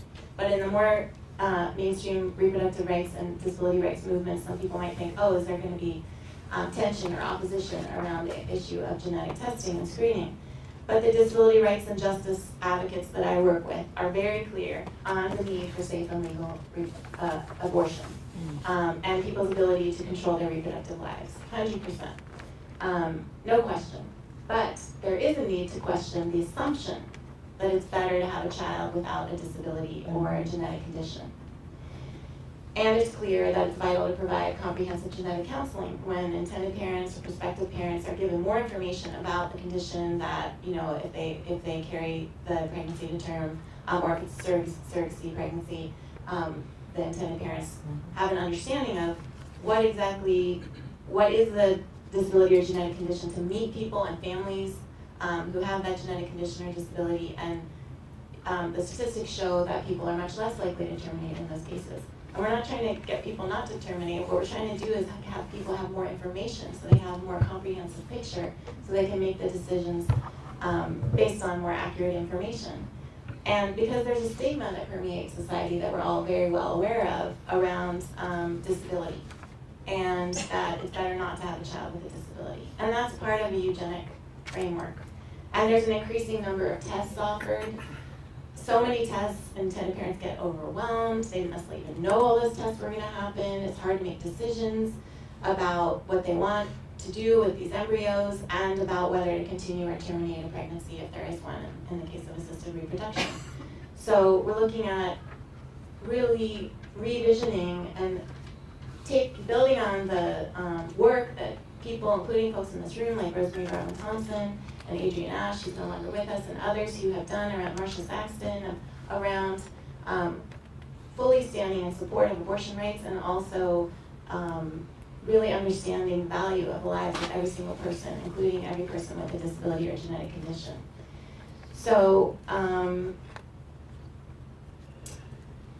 okay, I want to sort of shift gears a little bit. Before January 20th, we were already in an environment with multiple oppressions raging in general and in particular around reproduction. And now, as we unfortunately know, we're in an era of authoritarianism. And all of these oppressions are intensified.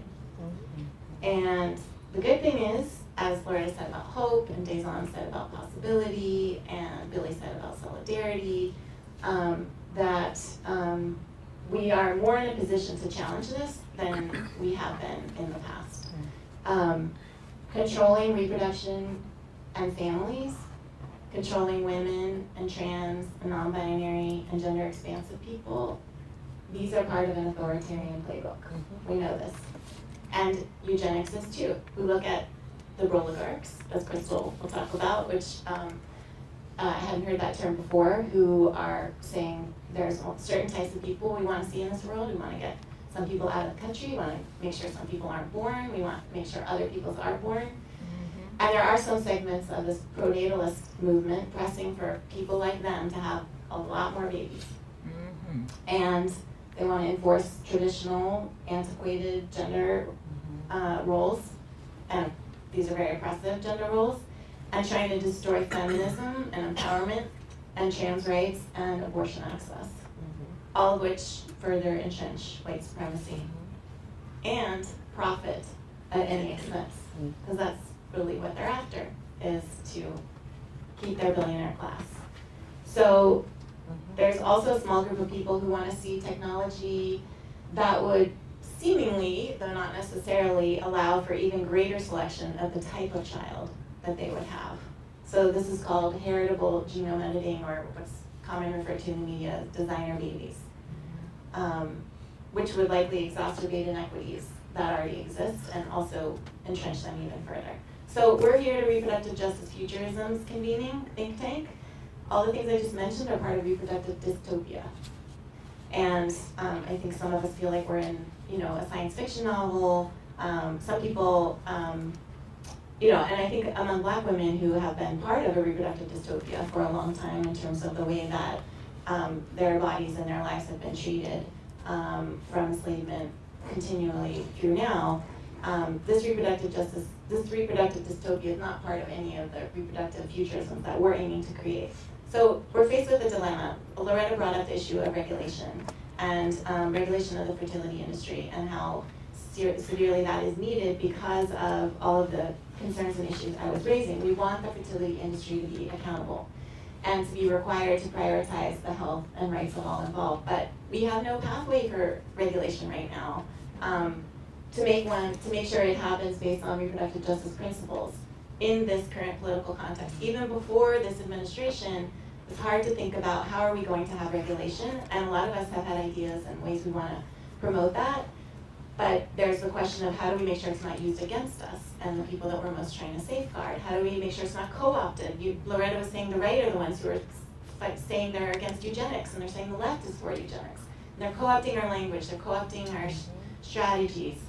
So how do we create the world we want to see around reproduction, where we have sovereign right to our bodies, to control our reproductive lives and our futures, to ensure all methods of reproduction prioritize the health and rights of everyone involved, to support all families to live and thrive, and to value the lives of people with disabilities and all people. So we know an RJ frame recognizes the connection between the public and the private spheres of reproduction. It shows the impacts on women, on trans people, on non-binary folks, gender expansive folks, queer people, on Black and brown and indigenous and immigrant communities, and on young people. RJ strategies give us the tools to challenge state control of reproduction and counter profit motivations of a privatized fertility industry. And RJ gives us the tools to envision the reproductive justice futures we want to see, to address the full range of topics: health, rights, access, inequity, eugenics. So, as Billy said, we need to do movement work within our demographic movements, and we need to build solidarity across movements. We need to do both levels of that work across social justice and human rights movements. Because I was saying there wasn't really a pathway exactly on how the regulation could look. Even if we know what regulation we want, how do we make that work in a way that's based on reproductive justice values and principles and make sure it does what we're trying to have it do? But in the reproductive justice futurisms realm, there are multiple solutions that we haven't imagined yet. And we're more likely to create them with many millions of minds committed to moving forward in the same direction.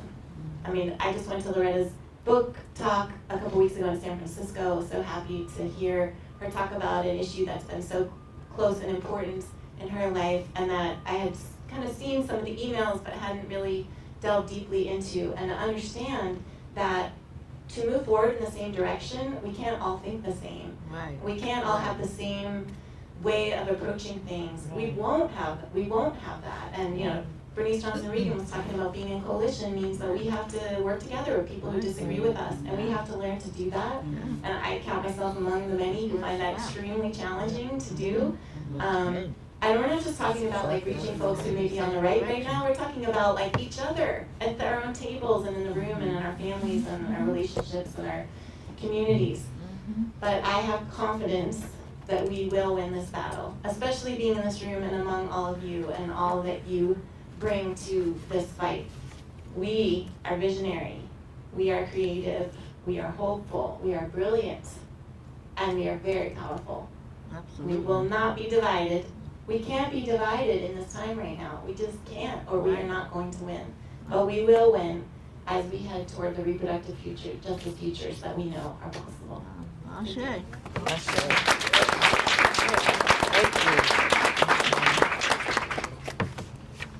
the threads already through this panel, and I just had one of these moments because I arrived here at 5:30 and rushed to get to my hotel room to give my lecture last night on coalition politics, and guess what we read?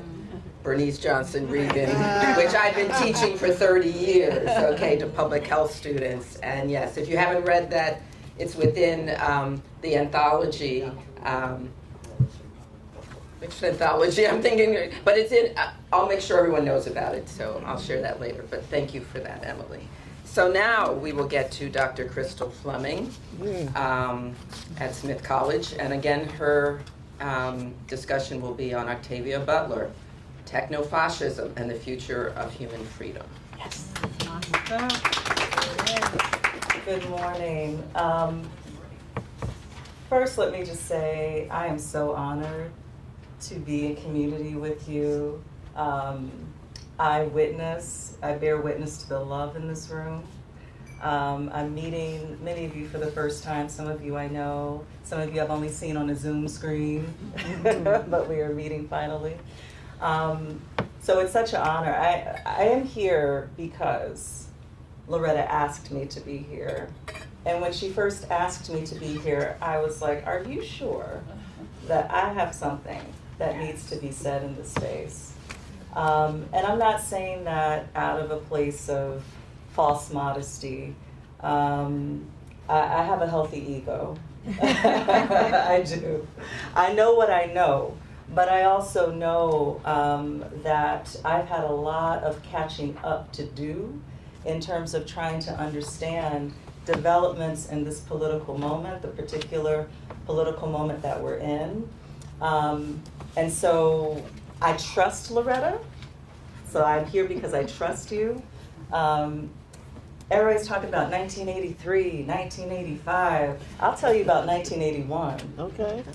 I was born.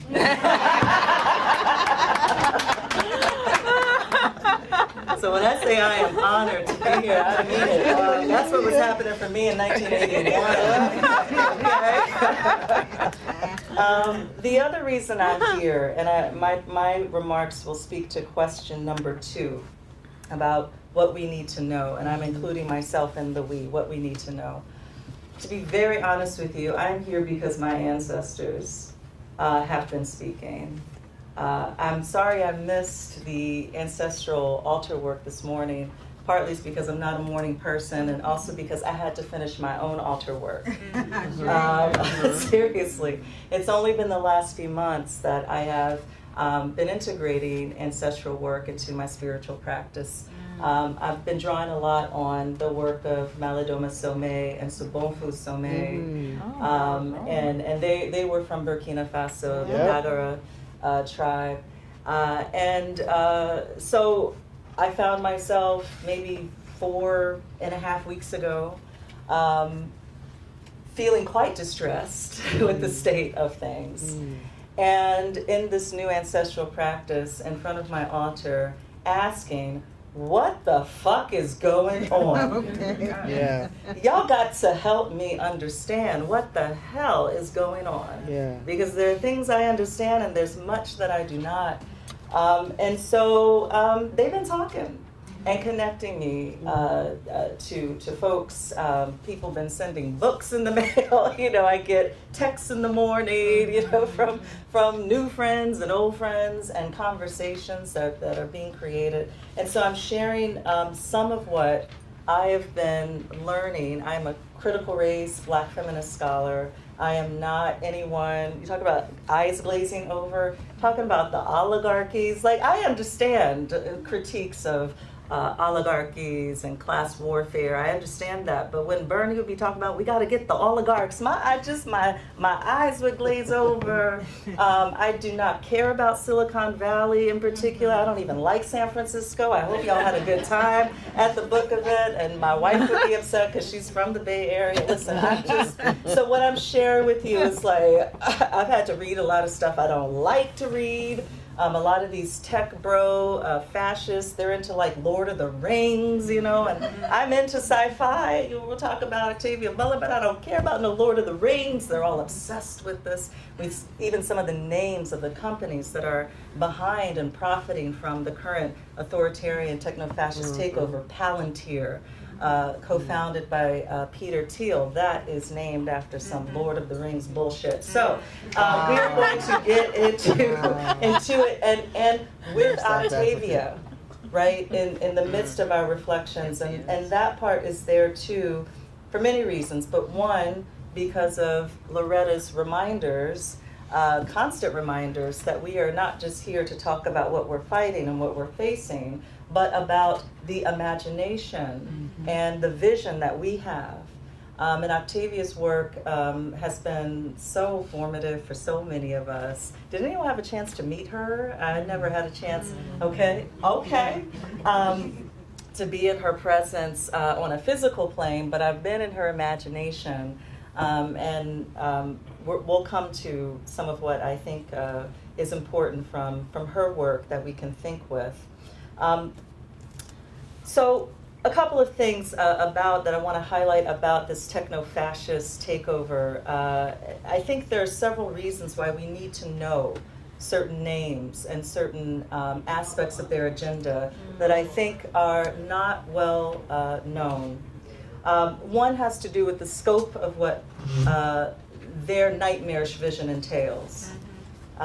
Two has to do with the time that we have to respond. We ain't got as much time as I think some who are not paying as close attention believe we do. Three, it's the nature of the strategies that we need, not just to survive, but to build the world that we want. And that's why reproductive justice has to be at the center. Because reproductive justice organizers know something about fighting fascism, know something about survival, know something about community building and diaspora and all of that. And finally, it's important because we need to think about the kind of imagination and consciousness we will need to create the world with us in it, and not the world that these Silicon Valley tech bros want, right? Which is a world without us. That's right. And it's a world that Octavia Butler knew well because she paid attention to her society. And it wasn't even speculative. She just looked around and said, what's happening, right? And if it continues to happen, what will 2020 look like, right? She knew, and I think she was adamant that she wasn't a prophet. You know, she's like, I pay attention, okay? So I also want to use as an anchor some of what Loretta has taught us about reproductive justice theory. And how, in her words, it examines the meanings assigned to reproductive relations and externally imposed policies and practices. Externally imposed policies and practices. So what are some of these externally imposed policies and practices, right, that have been implemented since January 20th that have a long history and did not start on January 20th, but are moving at a pace and acceleration and with an agenda that some of us are aware of, but that many people are not paying attention to. We've already heard many of the elements mentioned, but I do want to specifically call out DOGE. The so-called department, it's not even a real department, right, of government efficiency. We know it's BS. That's not what it is. But specifically the tech aspect of the illegal seizure of our data, the weaponization of that data for their enrichment and our impoverishment. And of course, Elon Musk is a very public face of this, and his army of digital mercenaries. These are not kids. I see headlines about, you know, the kids of Doge. These are not kids. But, you know, people who are not black, right, get a kind of coverage that the rest of us, right, who are black do not, right? So they're kids. No, they're not. They're very dangerous. And they're adults. The mass purging of civil service and the dismantling of the administrative state.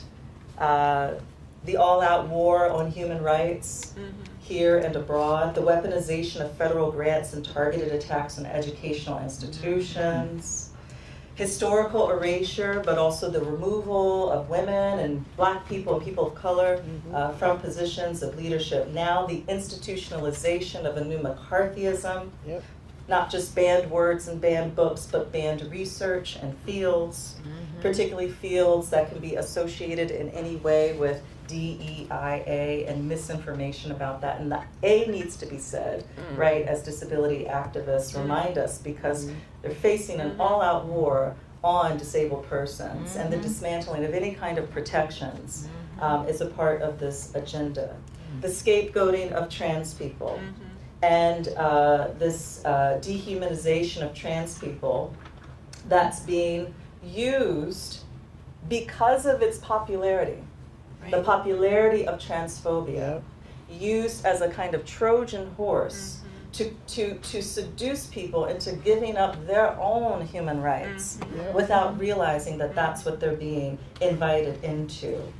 And so we could go on and on and on, right? And I do also want to call out the specific instance of what happened this weekend with the targeted kidnapping of Mahmoud Khalil, recent graduate of Columbia, green card holder, okay?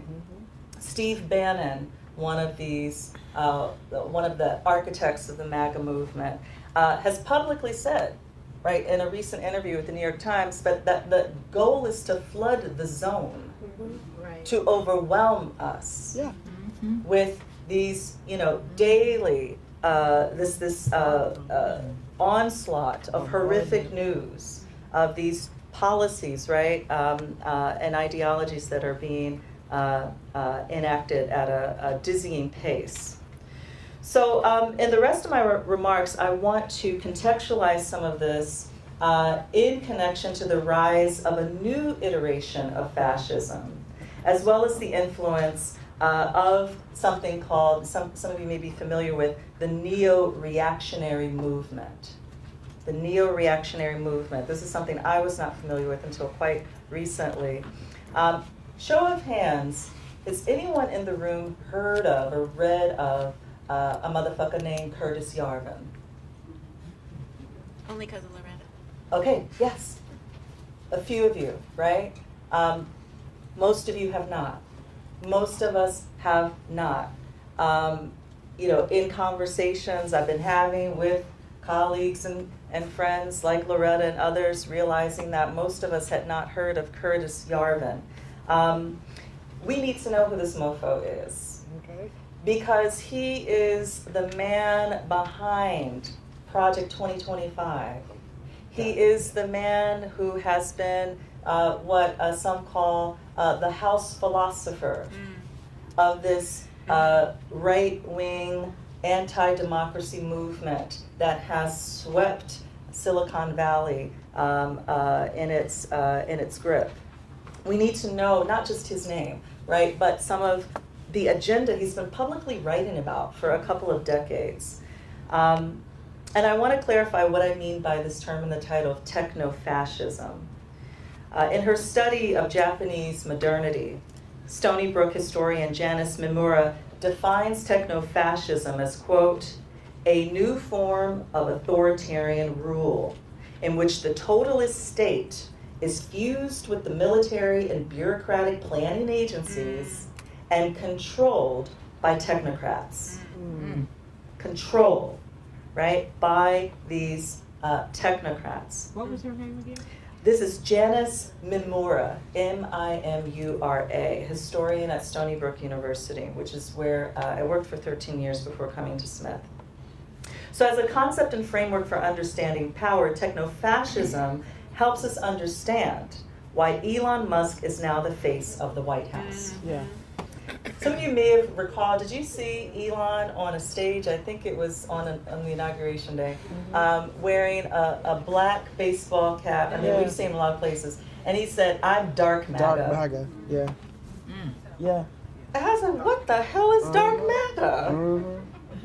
Dark MAGA is another phrase for the neo-reactionary movement. So we need to understand what that agenda entails, because it is entirely opposed to any notion of human rights, including anything related to reproductive justice, of course, And Musk, again, is but the public face of an entire regime of oligarchs and Silicon Valley aligned technocrats that are seizing control, not just of this country, but of the global political economy. That's right. Implementing eugenics, dismantling human rights, the rule of law, undermining democratic institutions worldwide, stealing taxpayer money, and making sure that they pay almost nothing in terms of taxes. Yeah. And that through offshore financial wealth management, which I'll come back to in just a moment. I will say about the term broligarchs, that was new to me as well. I discovered it through the work of a sociologist at Dartmouth named Brooke Harrington. She didn't coin it, but she writes about it and talks about it, and I'll come back to it in a moment. Y'all remember seeing, did y'all see this? I'm not on X anymore, but I saw the image from the White House, AI image of Donald Trump as a king. Yeah. Yeah. The crown and all that. Some people dismissed it as a joke, Oh no. and Oh, no. we know it's not a joke. So in order to grasp the significance of that image and that claim of him being a king, we have to understand that he's literally carrying out a plan crafted by that motherfucker Curtis Yarvin, the architect of this neo-reactionary movement. And by the way, funded, Yarvin has been by Peter Thiel, okay, who is the guy who chose our vice president. Right. Okay, and Yarvin is very And another South explicit. African. Another South African, that part. Elon Musk and Peter Thiel spent a significant portion of his childhood in South Africa in a whites-only school.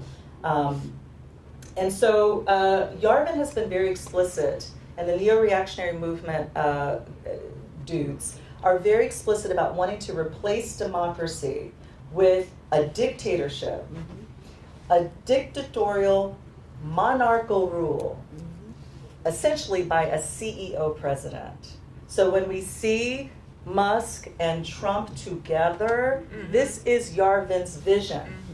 They have not been hiding it. Some of us just ain't been paying attention. We have other things we've been worried about and not necessarily seeing some of this forest for the trees.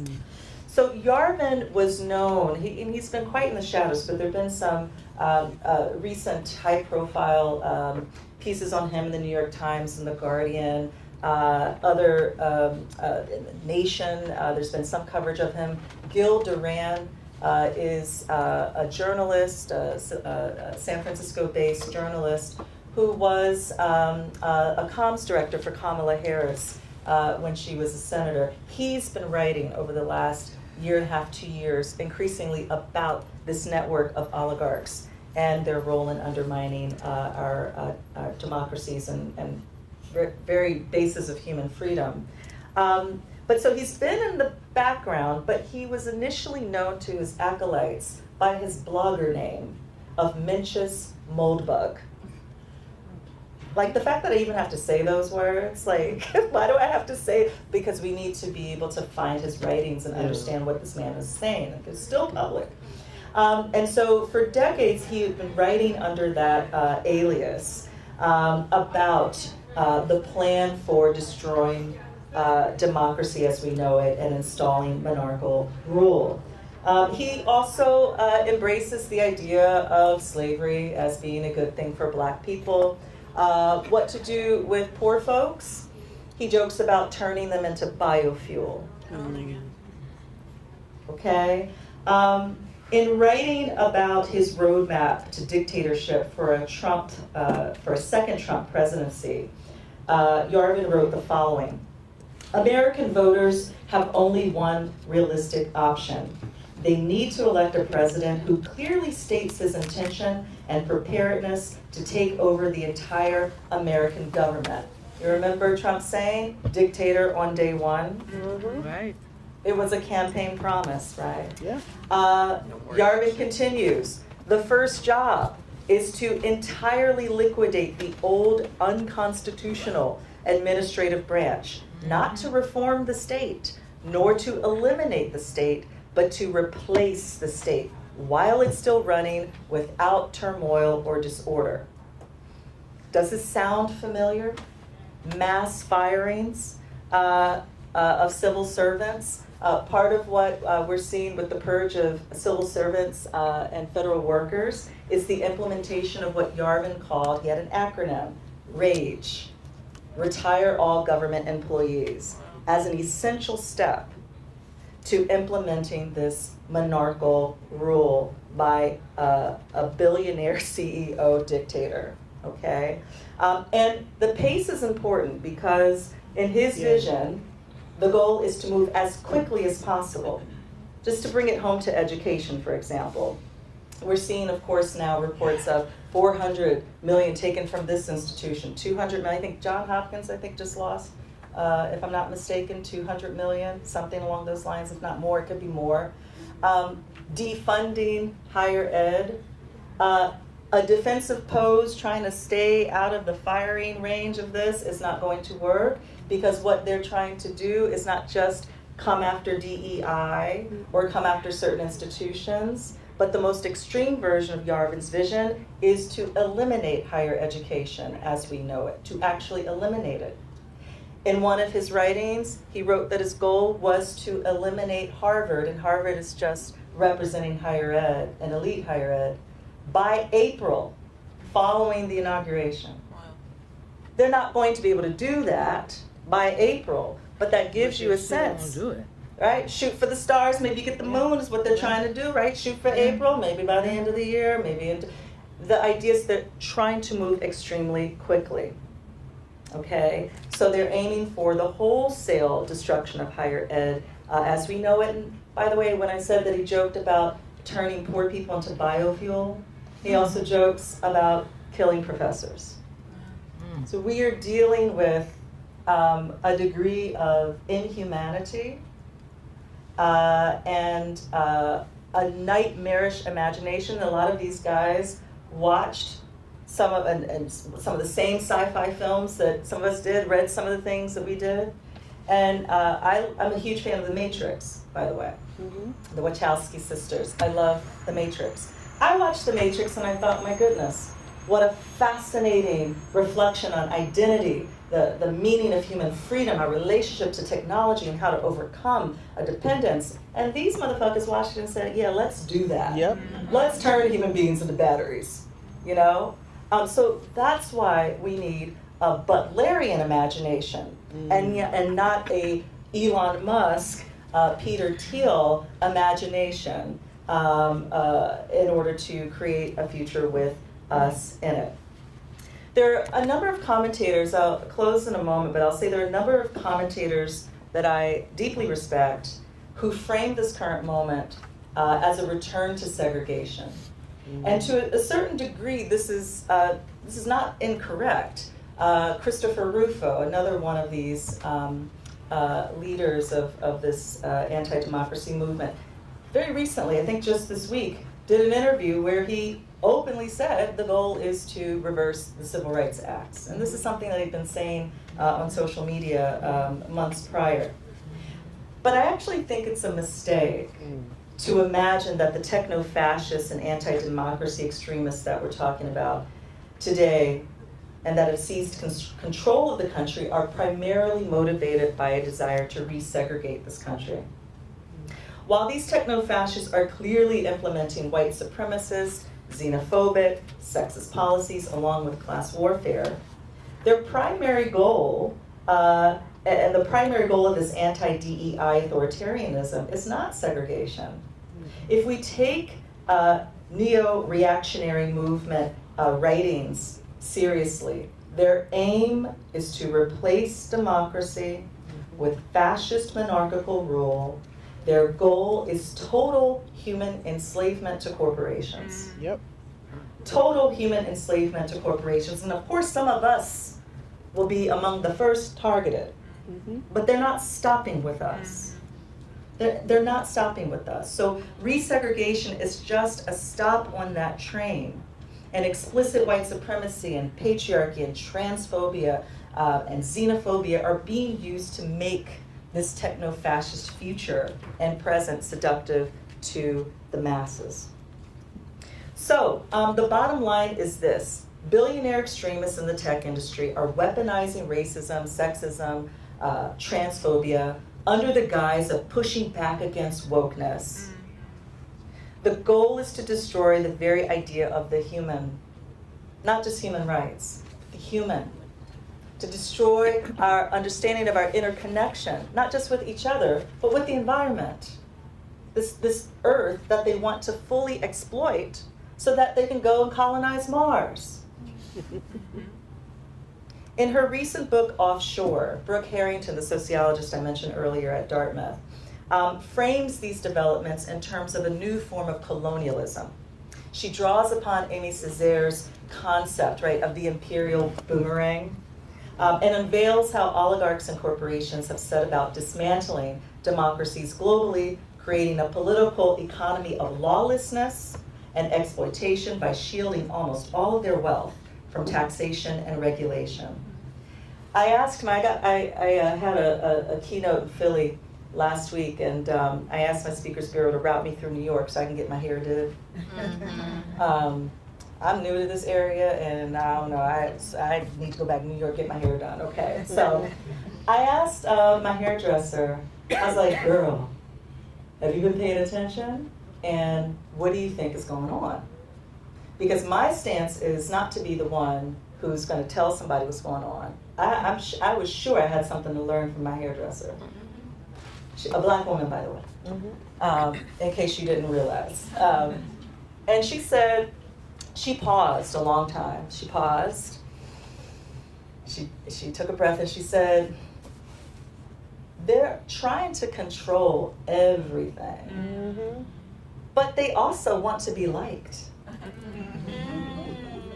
And can I tell you, the last chapter of Brooke Harrington's book, Offshore, says exactly this. Harrington spent something like 15 years studying these oligarchs to get one of these insights. My hairdresser knew it intuitively. And probably because she's paying attention. The wanting to be liked is important because Harrington argues, and we see it, their egos are so fragile, they're so pathetic, trying so hard to be cool and failing spectacularly. Period. These are some of the goofiest motherfuckers I've ever seen. Okay? My goodness. Anyway, the wanting to be liked. Harrington argues that part of the strategy, right, because the pathway to regulation, you know, it's evaporating, shifting under our feet, but they can be shamed. That's why they want to destroy civil society, our ability to speak, journalism, academia, organizing, because it works. They can be exposed. They can be exposed, and so she emphasizes that. In closing, what are we to do, right? I just have, I co-sign, and I'm so grateful for everything that's already been shared. We need to listen to Black women, obviously. Black women in different places and positionalities in our society, including at the salon. Yep. Okay. We need to listen to Black women like my colleague Ruha Benjamin, who argues for, I can't say even argues for, who reminds us to redefine AI as ancestral intelligence. Yes. So these practices of calling in the ancestors are essential, right? So returning to indigenous and ancestral knowledge, and on that point, our ancestor Octavia Butler, she teaches us so many things, right? The power of Black women's imagination, how to shapeshift, how to time travel, how to survive, the law of consequences, cause and effect, the courage to call a thing, to face the unthinkable. Decades ago, some of us might recall, she wrote an essay about her experience after giving a talk. A student came up to her and was like, so what can we do though? And this was published in 2000, her reflections on this just a few years before her death. I'm reading from her essays. The student asked her, so do you really believe that in the future we're gonna have the kind of trouble you write about in your books? A student asked me as I was signing books after a talk. The young man was referring to the troubles I described in, of course, Parable of the Sower, Parable of the Talents, novels that take place in a near future. of increasing drug addiction and illiteracy, marked by the popularity of prisons and the unpopularity of public schools. The vast and growing gap between the rich and everyone else, the whole nasty family of problems brought on by global warming. I didn't make up the problems, I pointed out. All I did was look around at the problems we're neglecting now and give them about 30 years to grow into full-fledged disasters. Okay, the young man challenged, so what's the answer? There isn't one, I told him. No answer? You mean we're just doomed? He smiled as though this might be a joke. No, I said, I mean there's no single answer that will solve all of our future problems. There's no magic bullet.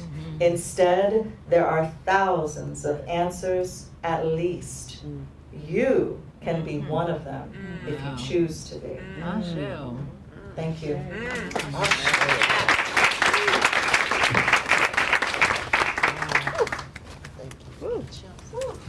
Everybody. Everybody. Yes.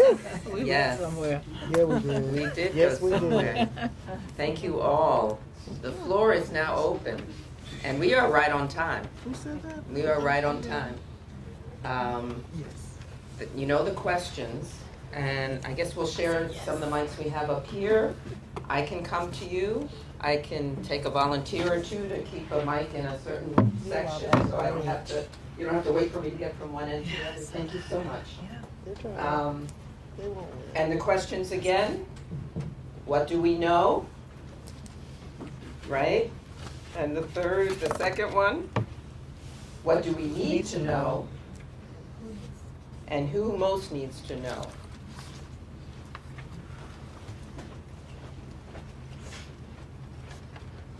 What you got? There's a lot to May I take also in. expand it to say if people have comments? And comments, or even specific questions for any of the panelists, of course. I can take one of the In the back there. You permitted. Thank you. We have a lot of mics. She's gonna cover this in. Thank you so much. Yeah. I thought you were speaking. Okay, yeah, thank you. Thank you so much for that opening panel. I actually have questions for all of you, but I'll just limit it to one. Sorry, I'm Grace Gauchi, her Claremont School of Theology. My question is to Emily. So, I'm very interested in a number of points that you raised, and you gave us a little bit of a teaser saying there are a number of regulations that you would like to put in place if you had a magic wand, given the fact that it's a largely unregulated market. So could you share with us some of those principles that you would ideally like to see in place? Principles? What are the regulations? How can we regulate the markets, the profit-driven markets? That is an excellent question, which I did not gather all of my things together, my thoughts together right now on that. But some of the main things are the ways the clinics are really able to operate, fertility clinics are able to operate with little or no regulation. Some people will say, like, there's so much regulation in the United States around assisted reproduction. There's very minimal regulations, like, at least the previous CDC required reporting of, how many fertility cycles and how many egg donation cycles. But there was no documentation, collection of data of were there adverse health reactions from hormonal stimulation for egg retrieval or the egg retrieval process. So adverse health reactions for egg donors, for surrogates. These are the things that are complicated because we don't want surveillance. And we don't want regulation that then is used to control people. But we do want, another thing is egg donation and vitro fertilization have been around for decades. There was no long-term studies of the health effects of hormonal stimulation on egg donors. Now Diane Tober, who's in the room, has been doing some of the first of its kind of those studies. That's just in the last few years. And so the industry is not really interested in knowing collecting this data because it will interfere with the work that they're doing. When we look at there are some regulation that has been put into effect more recently in some states that regulate surrogacy, that require that surrogates have the right to make all health and welfare decisions about themselves and their pregnancy during the pregnancy. Oh, I've been on calls with industry folks and webinars where they talked about, well, contracts really shouldn't include that kind of thing, or don't include that kind of thing. It's too complicated. It's, you know, people can work it out themselves, but there need to be not just agreements verbally between people, because also what you agree to before you get pregnant may change once you get pregnant. And so if intended parents want you to terminate a pregnancy because a genetic test shows that your child's going to be born with a genetic condition or disability, and you know somebody who's carrying a child to term may not want to, you know, once they're once they are pregnant. And in terms of the genetic testing, again, we don't want to tell prospective parents you can't use genetic testing. But if you look at the genetic testing industry, there's an explosion of tests of how many things are tested of rare diseases, that people are being, you know, told you should do this to have the quote healthy child. You know, there's a sort of image of a perfect baby and a healthy baby. Well, a lot of children with disabilities and genetic conditions are healthy children and perfect babies. And so we want to look at, the industry is developing these tests in order to make more money, not necessarily because a lot of these tests need to be done. And so, and some of them are unreliable, but they're still marketed. Katie Hassan, my colleague at CGS, is going to talk later about some technologies that are being developed that are on the market that have no evidence. You know, polygenic embryo scoring that are being used and promoted and saying we can, you know, rank embryos by the intelligence or the educational attainment, you know, that that child we're born would have. I mean, so there's, I think, a range of things basically based on safeguarding the health and the rights of all the people involved. We want guarantee of legal recognition of non-genetic parents when they are the intended parent. So there's a range of issues. That one is easier, I think, to put into regulation in a way that wouldn't undermine other rights. When we're talking about collecting data, and that's the issue of like, how do we do that in a way that doesn't jeopardize anybody's, not just privacy, but well-being. But I think the health issues and the decision-making and the rights that surrogates and egg donors and, you know, the right to terminate, you know, to end an egg donation cycle because you've been so stimulated by the clinic, they want you to produce so many eggs that you're going through ovarian hyperstimulation syndrome or other things, and they want you to continue anyway because they want the eggs for, you know, the intended parent. So there is a way, I think, to make sure that we have these safeguards in place, health rights, justice, and how we do that has been a difficult question in some ways, and now even more so. And how are we going to do that? Thank you. So, hello, my name is Robin Adams, they, them pronouns. I'm a professor at Texas Tech University. My work is at the intersections of Black queer reproductive justice. And so I want to have a question for all you all. And leading off of your discussion, so we know that 40% of Black queer people live below the poverty line. 50% of queer people in this country still use at-home insemination as a primary form of assisted reproductive technology. And so when I think about justice as a center point of this conversation and those who live on the margins, a lot of when I talk to Black queer people around the world about their experience with art, it's from technology through the use of sex toys for insemination process. So when we think about the future of technology, when we think about the birth center space as a possible space for assisted reproductive technology to take place, that doesn't include some of these advancements to the technology that you talk about, because we know that Black queer people are not the consumers of this technology, do not use this technology, and are still with the practices of the 80s, the 70s, of doing these processes at home. Where does the future of art go when we talk about policy? Where does it happen at?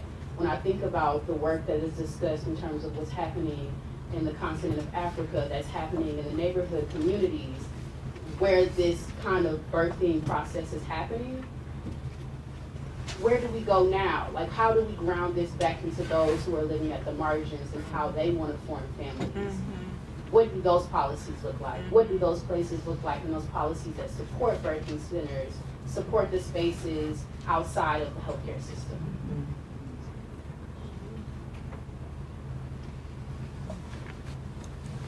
I think that was directed to any and all of you. I think and thank you for that question, because I think it stems back to what Billy was talking about, which is something that I have landed on in the state of Georgia, particularly just in terms of the spectrum, right, of all that's possible, and particularly with what happens with homegrown technologies, right, with what we've always known, practiced, and works, whether inside or outside policy space.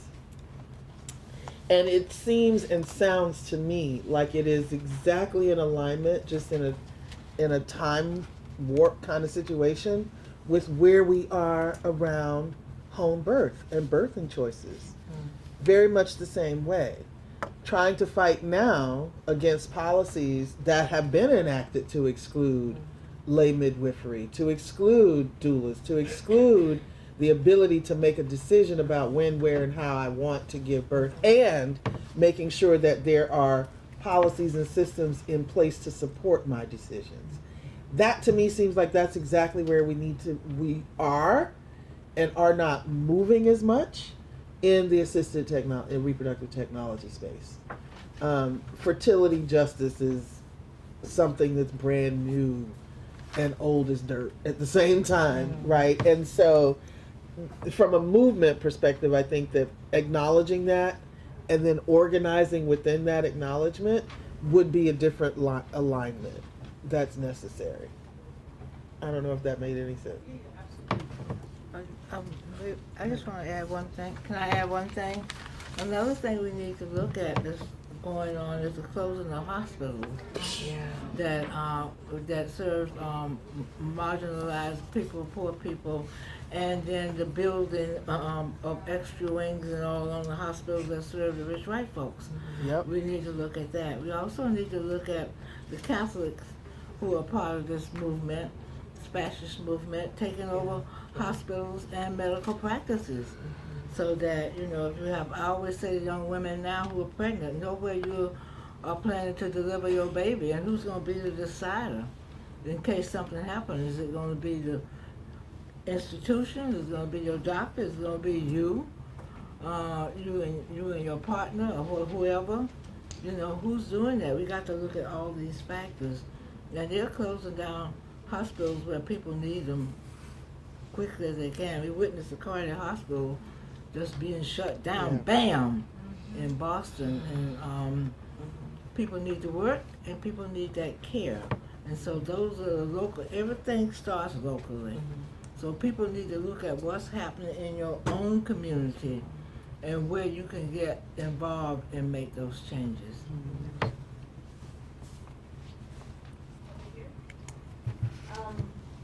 Magwam matutayhon pigdasan at the film show with Clean of the Shudawam. So hello everyone. My name is Danielle Lucero. I'm from the Red Eye Corn Clan from Pueblo of Isleta, which is located in central New Mexico. I always start with that because I feel like, you know, my ancestors, because of the boarding schools, have been here before in this region. And I just want to honor the language that they tried to take, but I still speak it. And also to bring my ancestors into the room, to also greet their ancestors. So part of what I just said is just an introduction so our ancestors can like chill and hang out in this space. One of the things I was thinking a lot about as everyone was talking was these ideas of like, or the question, right, like what do we need to know?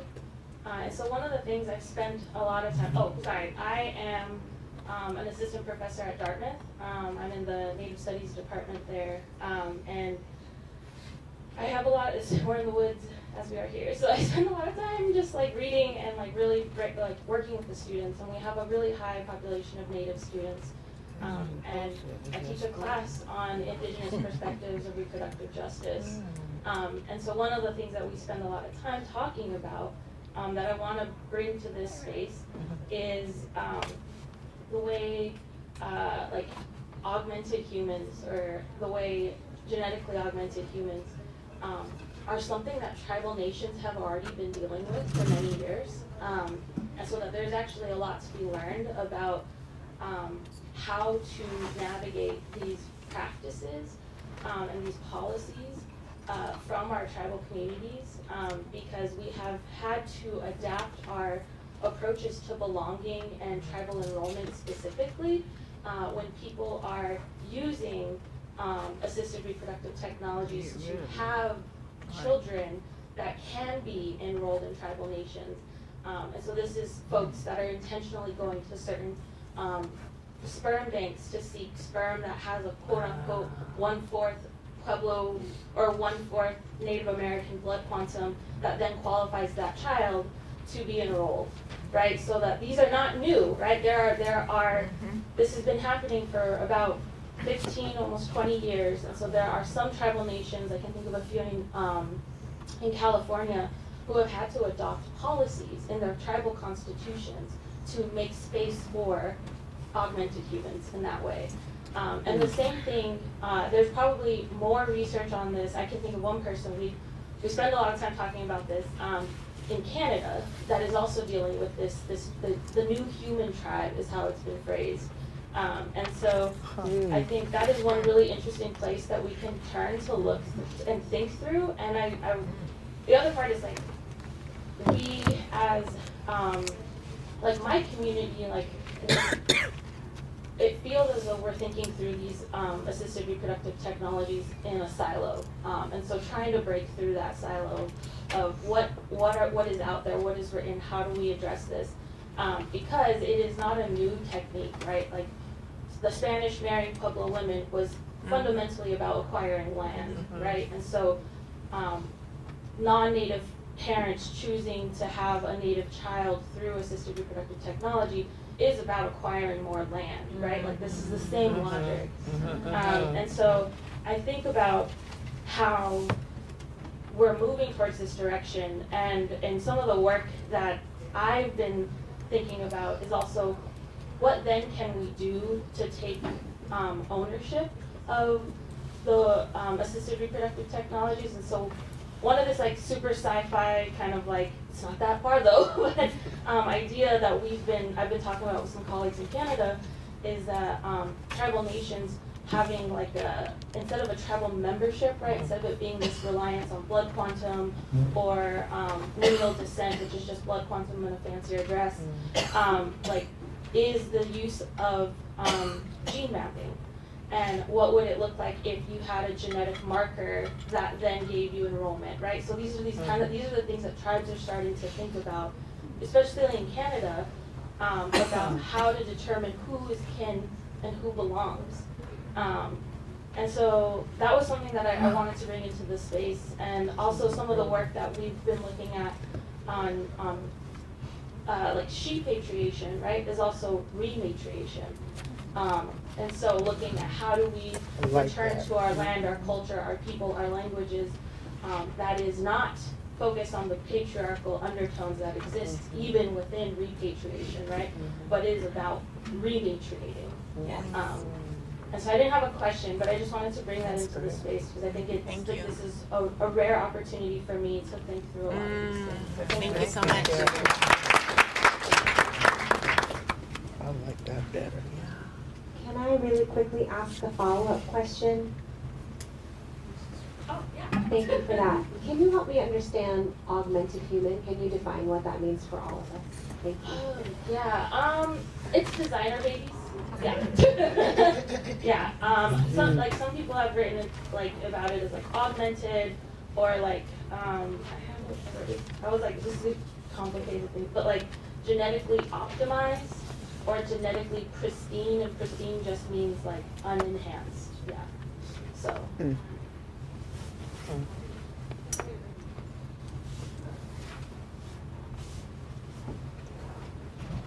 Question for Nesta Johnson, her free agent at the moment.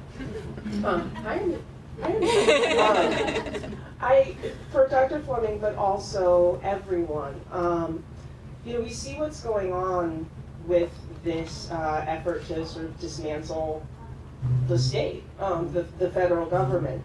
And I would imagine I may not be the only person who has felt somewhat conflicted in a response to that, because this dismantling of these systems and these structures are systems and structures of support that are, of course, disproportionately utilized by all of, the usual suspects. If everybody whose holidays are canceled, that's the one thing that all of this has done for me, is given me a really convenient shorthand for that, is just everyone whose holidays have been canceled. But these are also systems of oppression. And these are systems that were built to uphold everybody whose holidays haven't been canceled. So my question is there, how do you wrestle with that? How do you wrestle with the idea that there is a baby being thrown out here, but there is also some deeply, deeply filthy bathwater, right? And when I actually engage with that metaphor, when I imagine performing that act, the dirty water soaks into the ground and the baby remains.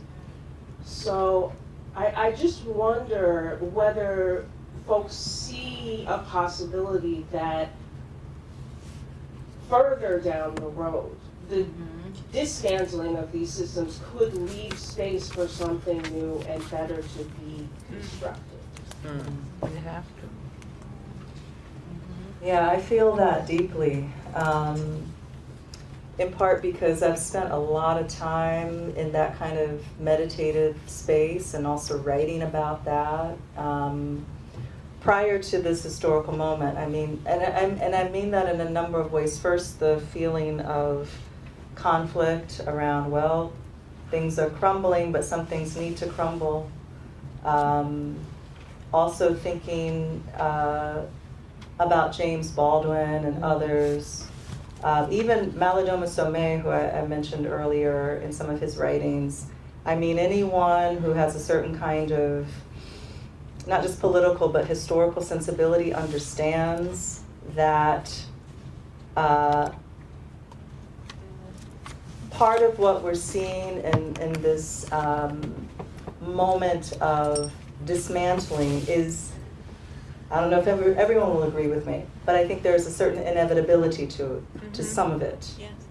There's a self-destruct code built into our institutions, and not just institutions, but in the ontology of Western modernity. It is not a vision that is sustainable. It is not a vision that is in harmony with existence and life, right? So there's some of that, but I'm also very clear, and I think this is starting to crystallize for me now more than perhaps a couple of years ago.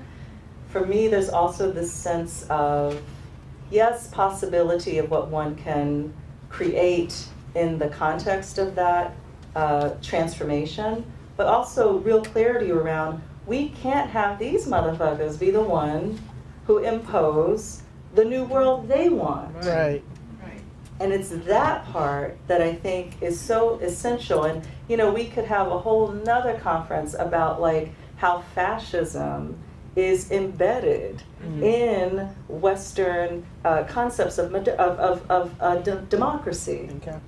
And in fact, we need to look to indigenous traditions to actually understand other alternatives of human freedom and even what perhaps like a real form of democracy could mean. So there are all kinds of revolutions and transformations and return, not just creating new, but a returning to that we need. I'll just close on this point by saying, so yes, yes. But also, I do divination almost on a daily basis. And so my cards, I don't know if anyone does tarot in here, but I have just been getting the Tower card over and over and over and over recently. I mean, even in the same day, the Tower card will fall out 3 times. This morning, my 3 card read for what the fuck was the first card, the the second card was the first card was the Six of Swords.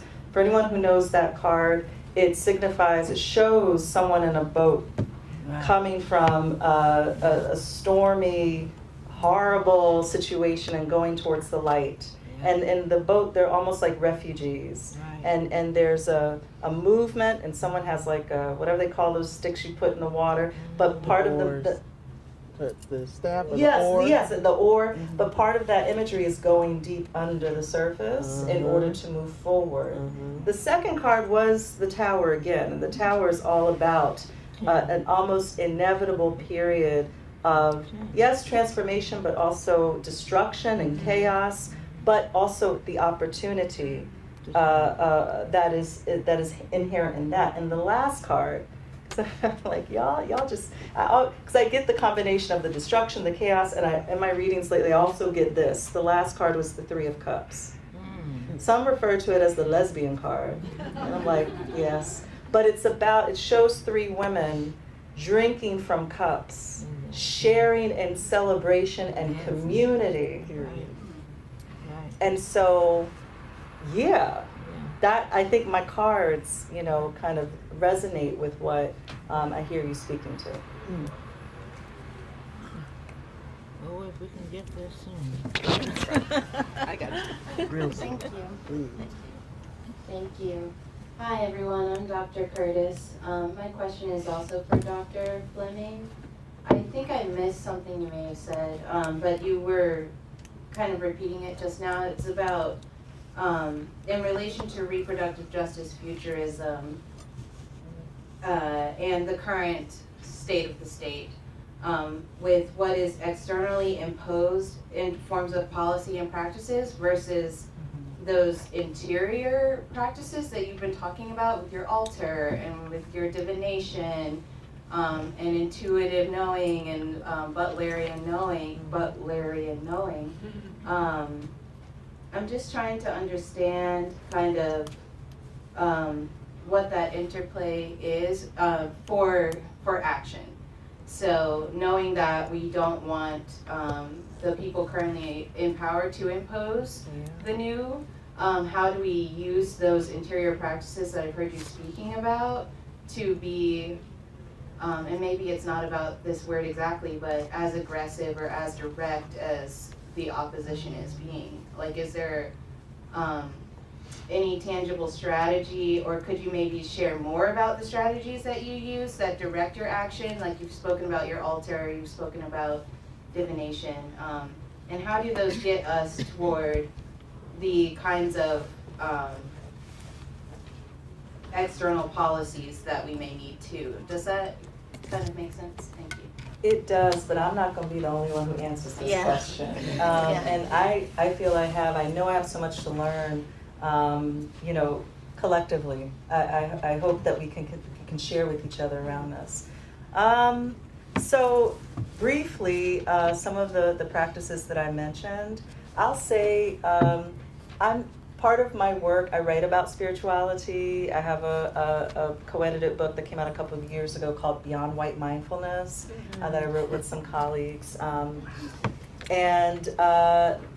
So I've written about some of my spiritual journey, but I'm definitely the kind of person who, for many years, I had the spiritual identity, but if you looked at my actual life, like, girl, what you doing though, So the idea of having a daily practice is something that I only began to implement in the last 3 years, where it was like, okay, I have, kind of flow in and out of certain kind of communities or certain kinds of practices, and squeeze it in when I could, and it, life was life, and I realized it actually has to be a daily practice for me. And so I started very, very, very small. It started with okay, can I meditate for 5 minutes a day, right? And then I discovered I could do that. And then it built into, can I do 5 minutes of yoga? My mom had me in yoga class, not in the 80s, but the 90s. I hated yoga. I was like, what am I doing? I never liked it, and I always felt like I wasn't good at it. But something shifted for me. I think it was probably in part seen, what's her name? There's a black Peloton instructor, Chelsea Jackson Roberts, who teaches yoga and meditation. And I believe she started a yoga program for girls when she was at Spelman. But so discovering her work and whatever, I started with my 5 minutes and then supplemented my practice, and that built into like, then it's 10, then it's 15, then it's 20, and it's flexible in terms of whatever I need. Then it was, okay, can I actually have dedicated time for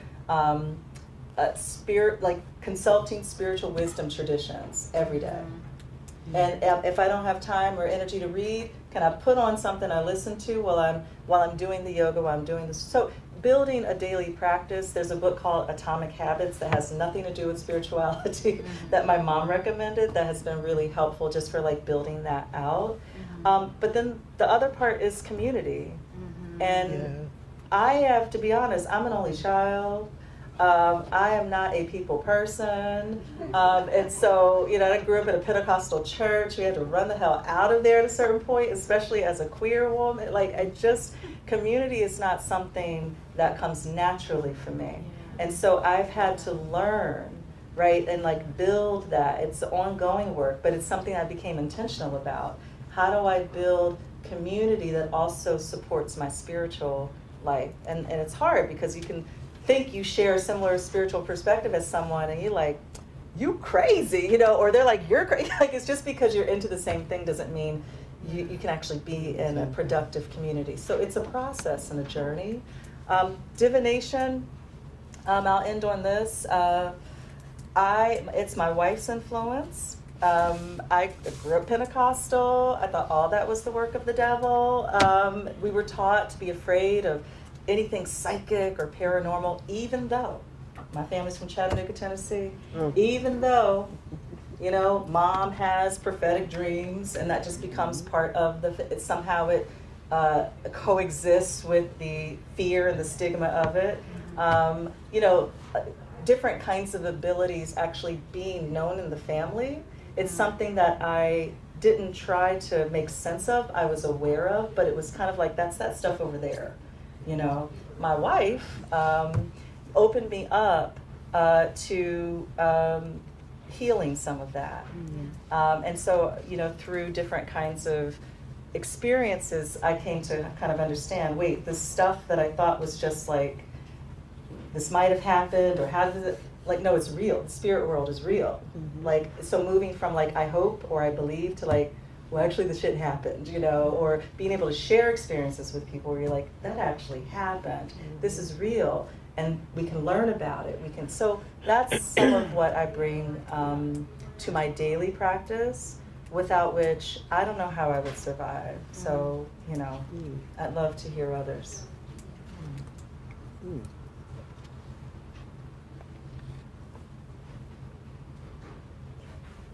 Does anyone in the room want to speak to Dr. Curtis asking about transitioning what Dr. Fleming said about action?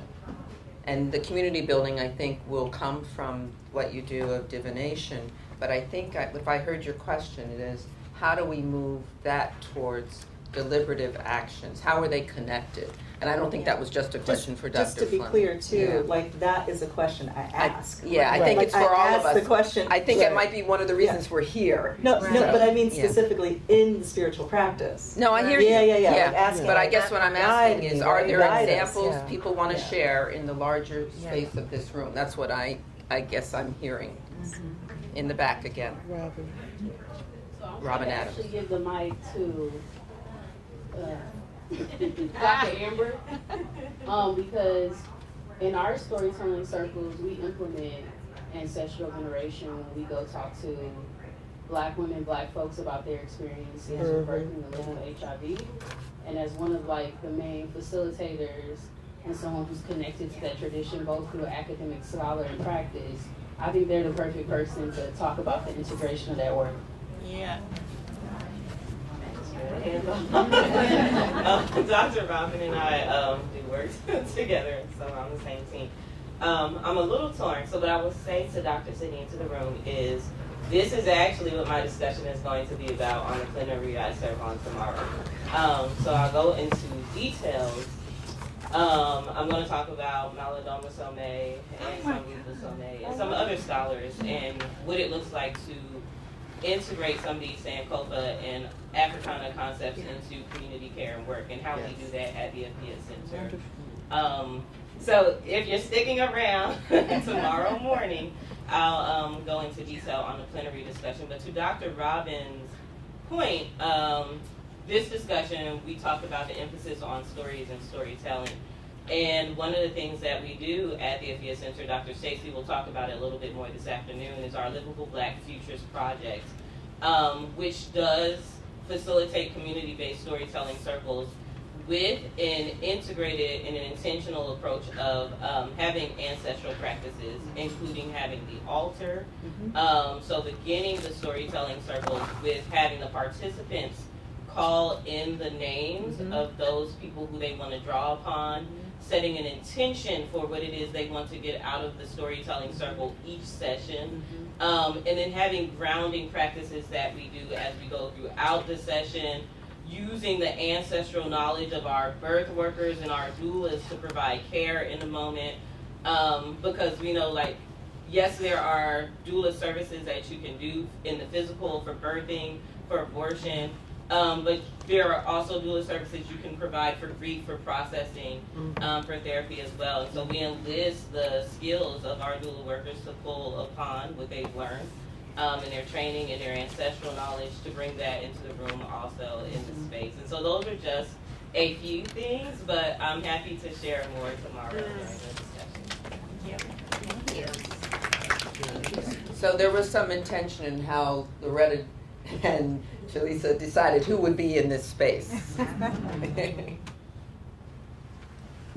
Hi everyone, my name is Stacy. I'm one of Loretta's TAs currently at Smith College. My question has to do with egg donation, and I just want to hold space for this conversation and make sure that other people don't have anything else to say before I change gears a little bit. I just wanted to say again to that practice. Hold on. I'll be right there. Oh, you got it? Okay. So in terms of that practice about bringing together community, about creating community, what Mom Billy has said, Loretta and Dazon has said, that creating that space where you have the opportunity to share stories is a community builder and a foundation builder within itself. So one of the things that Alexandria and I do is we host a workshop called Warrior Women's Wellness. And one of the things that we start out with is writing the Hill exercise called Flip the Script and Rewrite Your Narrative. And so you look at negative things that you might say about yourself, you create a positive statement, and then you give women the opportunity to share. And what we find is that the story repeats itself over and over and over again, and it opens up the way for community building. It opens up the way for sisterhood. It opens up the way for us to celebrate. And then you are so surprised when people go back into their communities and start sharing about your work and bringing other people into your work and coming to you and asking, so how can I do this for myself? And then that in turn, does that rolling effect, that snowball effect. Yeah. And definitely ancestor veneration is the way it goes. Setting up the altar, setting up the altar, and it doesn't have to be anything elaborate. Right. Yeah. It can be a glass of water and a picture of someone who's moved forward, right, who's transitioned on. And sometimes that makes people, especially for someone who had a Christian foundation, we know that sometimes that makes folks uncomfortable. And so we bring it back to, well, just think of it like when you're in the kitchen and you say, oh, Grandma, help me with that recipe. Exactly. Know that your spiritual practice is never gonna look just like anyone else's. And when you start getting into that spirit, that that type of dogma, it becomes religious dogma as opposed to spiritual enlightenment and growth. So however you begin, because I kind of feel like you're asking on a personal level as well, as you begin to walk into that practice, know that your practice may look very, very different than the person who's training you and showing you how to get started. That's right. Yes, yes. I wasn't going to weigh in on this altar thing because we have, but I will share. In our house, we have an entire altar room that's devoted to the ancestors. And they really direct a lot of what we do. When the light burns out on the lamp, we used to keep a candle in there, and then we figured out that was kind of dangerous.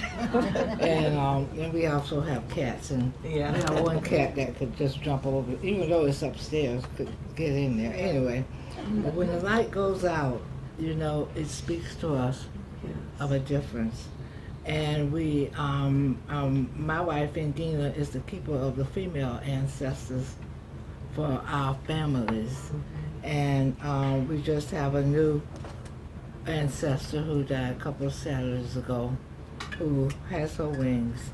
And so now she can be placed on the altar. What I do for my spiritual practice is I've always been a person who thinks that you need to take, everybody needs to take 1 hour a day for themselves. A whole hour. Not to do anything for anybody, not to talk. If you're going, don't take the dog on the walk, because if you got to watch what the dog's going to do, then that's taking attention away from you. I find that as women, most of us give and give and give and give, and we don't replenish our wells. And so this alone time allows us a time to replenish our wells, to reflect on things. I'm a lover of words. I've written a little book a long time ago, about 30 years ago, called An Altar of Words. And the women at BWHI, a lot of, you know, they just discovered it. So they encouraged me to do an altar of words too. So I've started doing that, where I just reflect on a word. It might be a dragonfly. It might be a limb. It might be a new leaf. We just returned from Mexico, and I was so glad to look up through the window and see that there are new buds coming on the tree.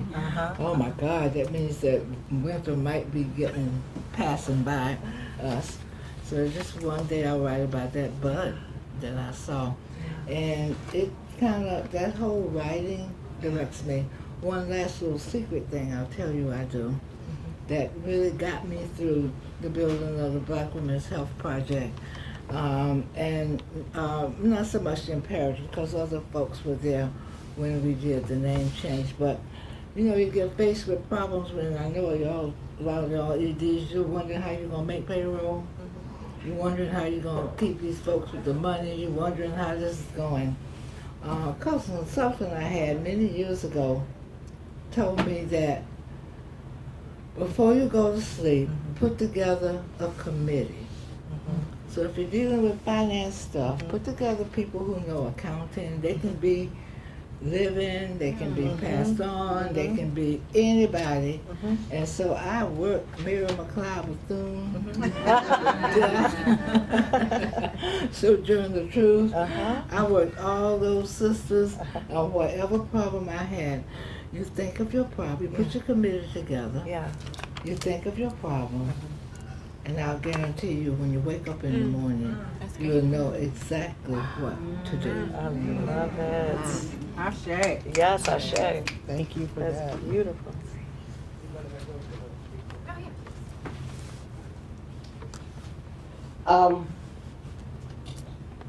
This is hard to say, but you know it's coming from Loretta, so you know what Here we I'm go. saying. I know exactly where you're going. We do. Right. I know. We know. I know. Right. And It's not to okay. insult anybody's spiritual practices, but I want to live a little bit more on the earthly realm. About what are some next steps. Whatever works for anybody working, but I want to talk about why we need to look at upgrading the reproductive justice framework, we're going to have to build a human rights bill of rights for what reproductive and genomic technology should and should not do. I mean, and it's going to be a process, but we have to have that conversation, right? Because we're fighting for human rights while we got these tech bulls trying to redefine what is human. Yes. So we can't just be, into while we are losing sight of what the hell is actually called a human being now. How many more Henrietta Lacks do we have to have before we start looking at, okay, who owns people's body? Who owns people's DNA? What are those kinds of conversations we need to have? So that's the first point. Secondly, we have to have community-based education because the people who are going to be most vulnerable to this stuff should not become breeders for the futures. They should not become organ donors for people who are rich enough to purchase organs. We already got the trafficking in human organs taking place of vulnerable people. Right. That's going to be scaled up, and it's going to be brought out of the closet because it's going to be justified as a social good. How do we get ahead of that question right now? That's part of it. And it takes a lot of community-based education even to get to that. And then we've got a number of Black women-led organizations that need to start building out their reproductive futurist portfolios. And, don't wait until, till the crisis has happened, because the crisis is slowly unfolding anyway. But from this, I was hoping that we could see this thinking about how people can expand what they're doing, refocus what they're doing, and actually work on something tangible, practical, that kind of thing. And then the last question, a larger question, I think you asked about, how can we be in defense of such a flawed democracy? Yeah. But the point is, this democracy that the United States claimed it invented was actually invented by indigenous people anyway. So we need to go back to some of those indigenous practices so we know where we stand and what we stand for. As opposed to saying, well, let's just be in defense of the Department of Justice, excuse me? Or the FBI. Or the FBI. Or the FBI, right, or all these other engines of our destruction. But I do believe that participatory democracy, if it ever got practiced, is a good thing. Yes. Yeah. We've just never had the practicing of it. Right. We've had the language, but we ain't never had the actual practicing of it. Right. Yeah. And so again, I always say, it's not enough to define what you're fighting against. What the hell are you fighting for? Because if you can't define what a win looks like, the enemy's going to define it as a loss. And that's what we know. So I just wanted to say, That was a good one. we don't have to be in woo-woo land to talk about what our next steps are. I love the fact that we have this admixture within our Black women's spiritual practices and stuff. But we're not going to get liberated by individual meditation. Absolutely. At least I don't see it happening unless you can build a prayer big enough to lift millions of people at the same time, which is possible, I admit. But I want something I can feel, see, and touch now. Can we respond to you, dear one? We all picked up mics on this. So. Lisa, why don't you go? Both and. Both Yeah. The beauty is that it's not exclusively and especially in the heads and minds and lives of Black and Indigenous folks, women specifically. Both of those things coexist all the time in our brains. Yes. That ancestral, that spiritual piece is a conduit for how we get to the action and how we stay in the action and how we know when that action is what is right and what is not right. So I hear you, because you and I, we get into these a lot. A lot. And then we remind each other how much we love each other, and then we keep moving.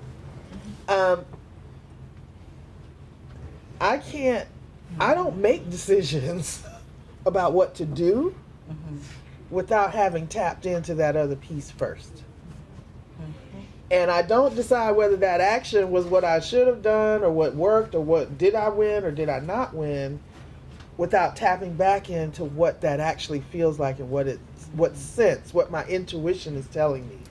There is this thing called the knowing. And that knowing is what helps identify what is and what isn't in the tangible 3D space. But I'm going to take you into one more woo-woo moment, which is we are not meant to solve these things in the 3D space. We're solving them in the 4th and the 5th dimensions right now. Right. Because that's what they have built technology to mimic. Yes. And they're continuing to build technology to mimic. Yes. But it's not real. And so that's where I think the pushback for me is that those things actually are working in tandem with each other and cannot work without each other. So, yes, and everything you've just said resonates with me. I know it won't resonate with everyone, but I do want to make another offering. And again, I don't know that everyone will agree. Loretta, I don't know that you will agree. Well, we don't have to. We don't have to agree. All right. We don't have to agree, right? It's okay. And I want to offer that this idea, this bifurcation of you got woo-woo land over here, and then you've got the practical over here, that from a certain kind of perspective, we might understand that as extremely Western and a form of not just erasure, but not acknowledging indigenous ways of knowing that represent the global majority, that represent not only kind of a looking back to a past, but that represent the future, that the only future that I think is a livable and survivable one that integrates an ontology, an understanding of reality that moves beyond Western materialism, which I understand as a death cult. Because part of what we're seeing in this historical moment, political moment right now, is this convergence on the right between these, religious, ethno-nationalist, ideologies with a completely non-religious materialism that is about fully exploiting materially this planet in order to facilitate the colonization of the cosmos. And so there's definitely religious elements of it. We have to understand Christian nationalism as a huge engine of what's happening. But Curtis Yarvin is not a Christian nationalist. No. First of all, he's Jewish. Yeah. Second of all, but not Jewish in terms of faith.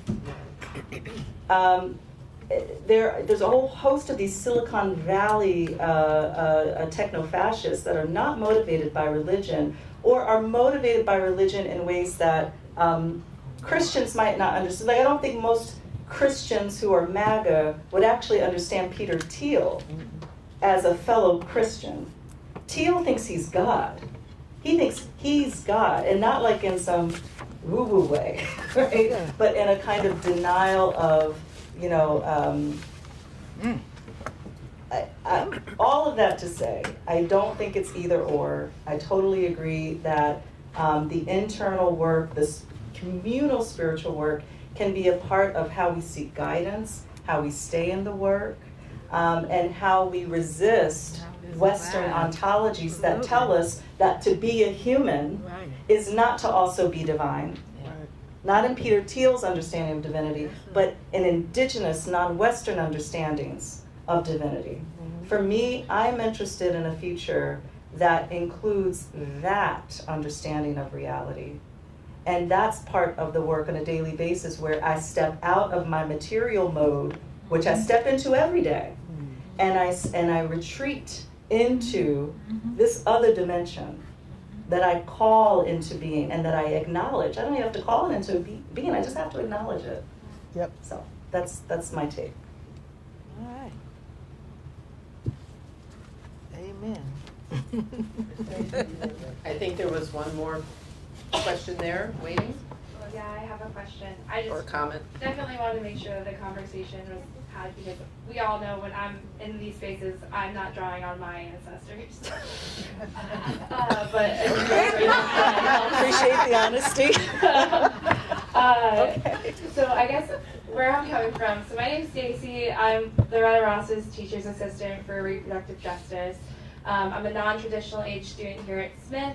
Thank you, Smith, for paying me to come here, because I would not be able to afford college otherwise. And long story short, a lot of women that are in my spaces, and myself included, are getting hit with the targeted ads for egg donation. It's like, it's real. And a lot of the women in my spaces have done that specifically to pay off student loans. Oh my God. And so this question is more directed towards, this question is more directed to Daison and Billy, because what I see that as is their third tenet of reproductive rights not being met, because they don't have economic stability, they don't have healthcare stability, and they're being taken advantage of by like oligarchs to like literally have their bodies extorted. And to what Emily said earlier, I don't think my friends who did that work, it's labor. I don't think my friends who did that work understood the long-term effects of it on their bodies, because they were being targeted at 23, 24, 16. And so I guess where I'm getting at is like, how do we create spaces where we're reaching folks about that information? How can we compete with like, okay, this is a way of getting your material interests met, but we can meet it differently in community? Like how, like y'all had to build that brick by brick for the Black women community, and like how can we take some, like how can I also take some of your wisdom and bring it into my life and my circles? May I? Do you want to? I mean, I think, Take it, Lynn. I just want to say, I think this has been answered, and thank you for asking it again, just to refresh what Mama Billy said at the beginning. White women will need to organize white women in your best way possible. I think you can learn from the Black women and what has been done as well, but some of it is going to have to be unique to y'all, you know, because what works for one group doesn't work for all. It's not one size fits all. And I think it will come from people being committed to that work, and recognizing, and again, you can, what you just shared, which some people weren't aware and others were aware, because I believe that's how this whole industry began, was to ensure that white women would reproduce and Black women would not. We called it population control. It's been clear to us from the beginning. So just think of why and how you can do that. And again, I told you I teach organizing. Well, the conversation we just had is exactly how we build consensus. It's not everyone agreeing, but is everyone agreeing on what they can both live with and support. Because when you don't do that, people leave the space and they go back to fall on what they already believed and thought was the right thing to do. But we come together in groups of diversity to create consensus. And to create solutions collectively in a way that all of us can live with it and support it. Because that's what we need to do. To take advantage of the dismantling that is happening, that Audre Lorde said. We're going to have new tools for it. So we might as well prepare ourselves to do that work. And thank you for bringing us together. I also need to do a time check. We are past noon.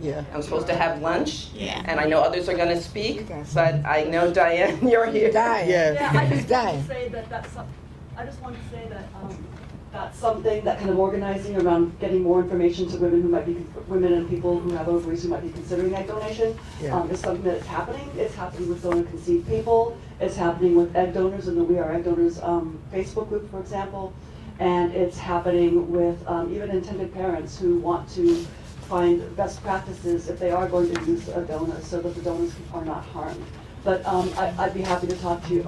I wrote a book, Economics. So I'd be happy to talk to you about it later, just to give you some ideas on what's happening that you might be able to share with your group. Right, great. So, yeah, go ahead, it was the last thing, and it'll be really, really short, and that is, if there is one thing that we're willing to share, because Black women, we give it all away anyway, and then have to come back and reclaim it, like, you don't remember where you got that from? And that is, and you mentioned it, particularly in terms of your own circles, that it is also truly understanding the motivation and why those ads mean something to people where they respond. And I think the number one reason, at least that I heard from you, was this economics. Yeah. So part of it is making sure that you're creating responses that meet those needs, that for which the reason that they're going for the egg donation in the first place. Right. If they're hungry, if they can't afford, if whatever that is, what services are you providing? Because once you meet their needs, then the education, the awareness, the community engagement matters differently, because now it becomes a policy issue. Now it becomes something I need to warn others about or tell others about or share my own experience. But if I'm hungry, if I can't afford my books, then this is what you got for me. And by the way, this is a failure, I think, from the larger feminist reproductive rights community on these freaking crisis pregnancy centers, because you know what they do? They provide things people need. And we're out here talking about people's rights and their dignity and their stigma and all of their shame of going to these places. But these people are like, but I got my diapers. And I got my formula. And by the way, they're feeding my other kids while I'm, So thinking about the community response. For me, it's the intersectionality in the response itself. Deliver services, mobilize around policy and law and practice in that. Do the research yourself and not count on the others. And if there is a system that helps respond to the problem at hand, which I don't think that the not enough white people is the problem, but they do. So if there is a system to respond to a problem at hand that will matter, then recreate that system. Differently that works for the people and not for the profits. Thank you, Jason. Just 30 seconds on this point, and it threads a needle here. All the practical things you just heard that you can implement. Consider also what you said earlier. I'm not here something like about, to represent my, whatever you were thinking about ancestors. Pull on your ancestors, pull right? On them. But pull on your ancestors. Ancestral work is not just for people who look like us. We also don't, and as an African American, I don't know who all my ancestors are. You don't know who all your ancestors are, but I know we have ancestors in common. That's right. We all do. You can call on them, and Malidoma Somé, writes about this as well, that if you as a white person have, that suffering that I'm hearing you speak to about some of the ancestors that you know about, that is also where the work can begin. Maybe that can help address the gaps in white women's organizing. How do you might have lineages of resistance that you don't even know about. Call on that, right? And healing as a part of that. So just wanted to share that. Thank you. Thank all of you. And I don't know if there's an announcement. Thank you, about Lynn. lunch. Thank you. It's my honor. Thank you. My honor. It's such an honor to meet you, to be on this panel with you. It's a pleasure. This is great. This is good. This is good. This is good. So yes. Jeanette, do we need to direct people to lunch, or is it in this room?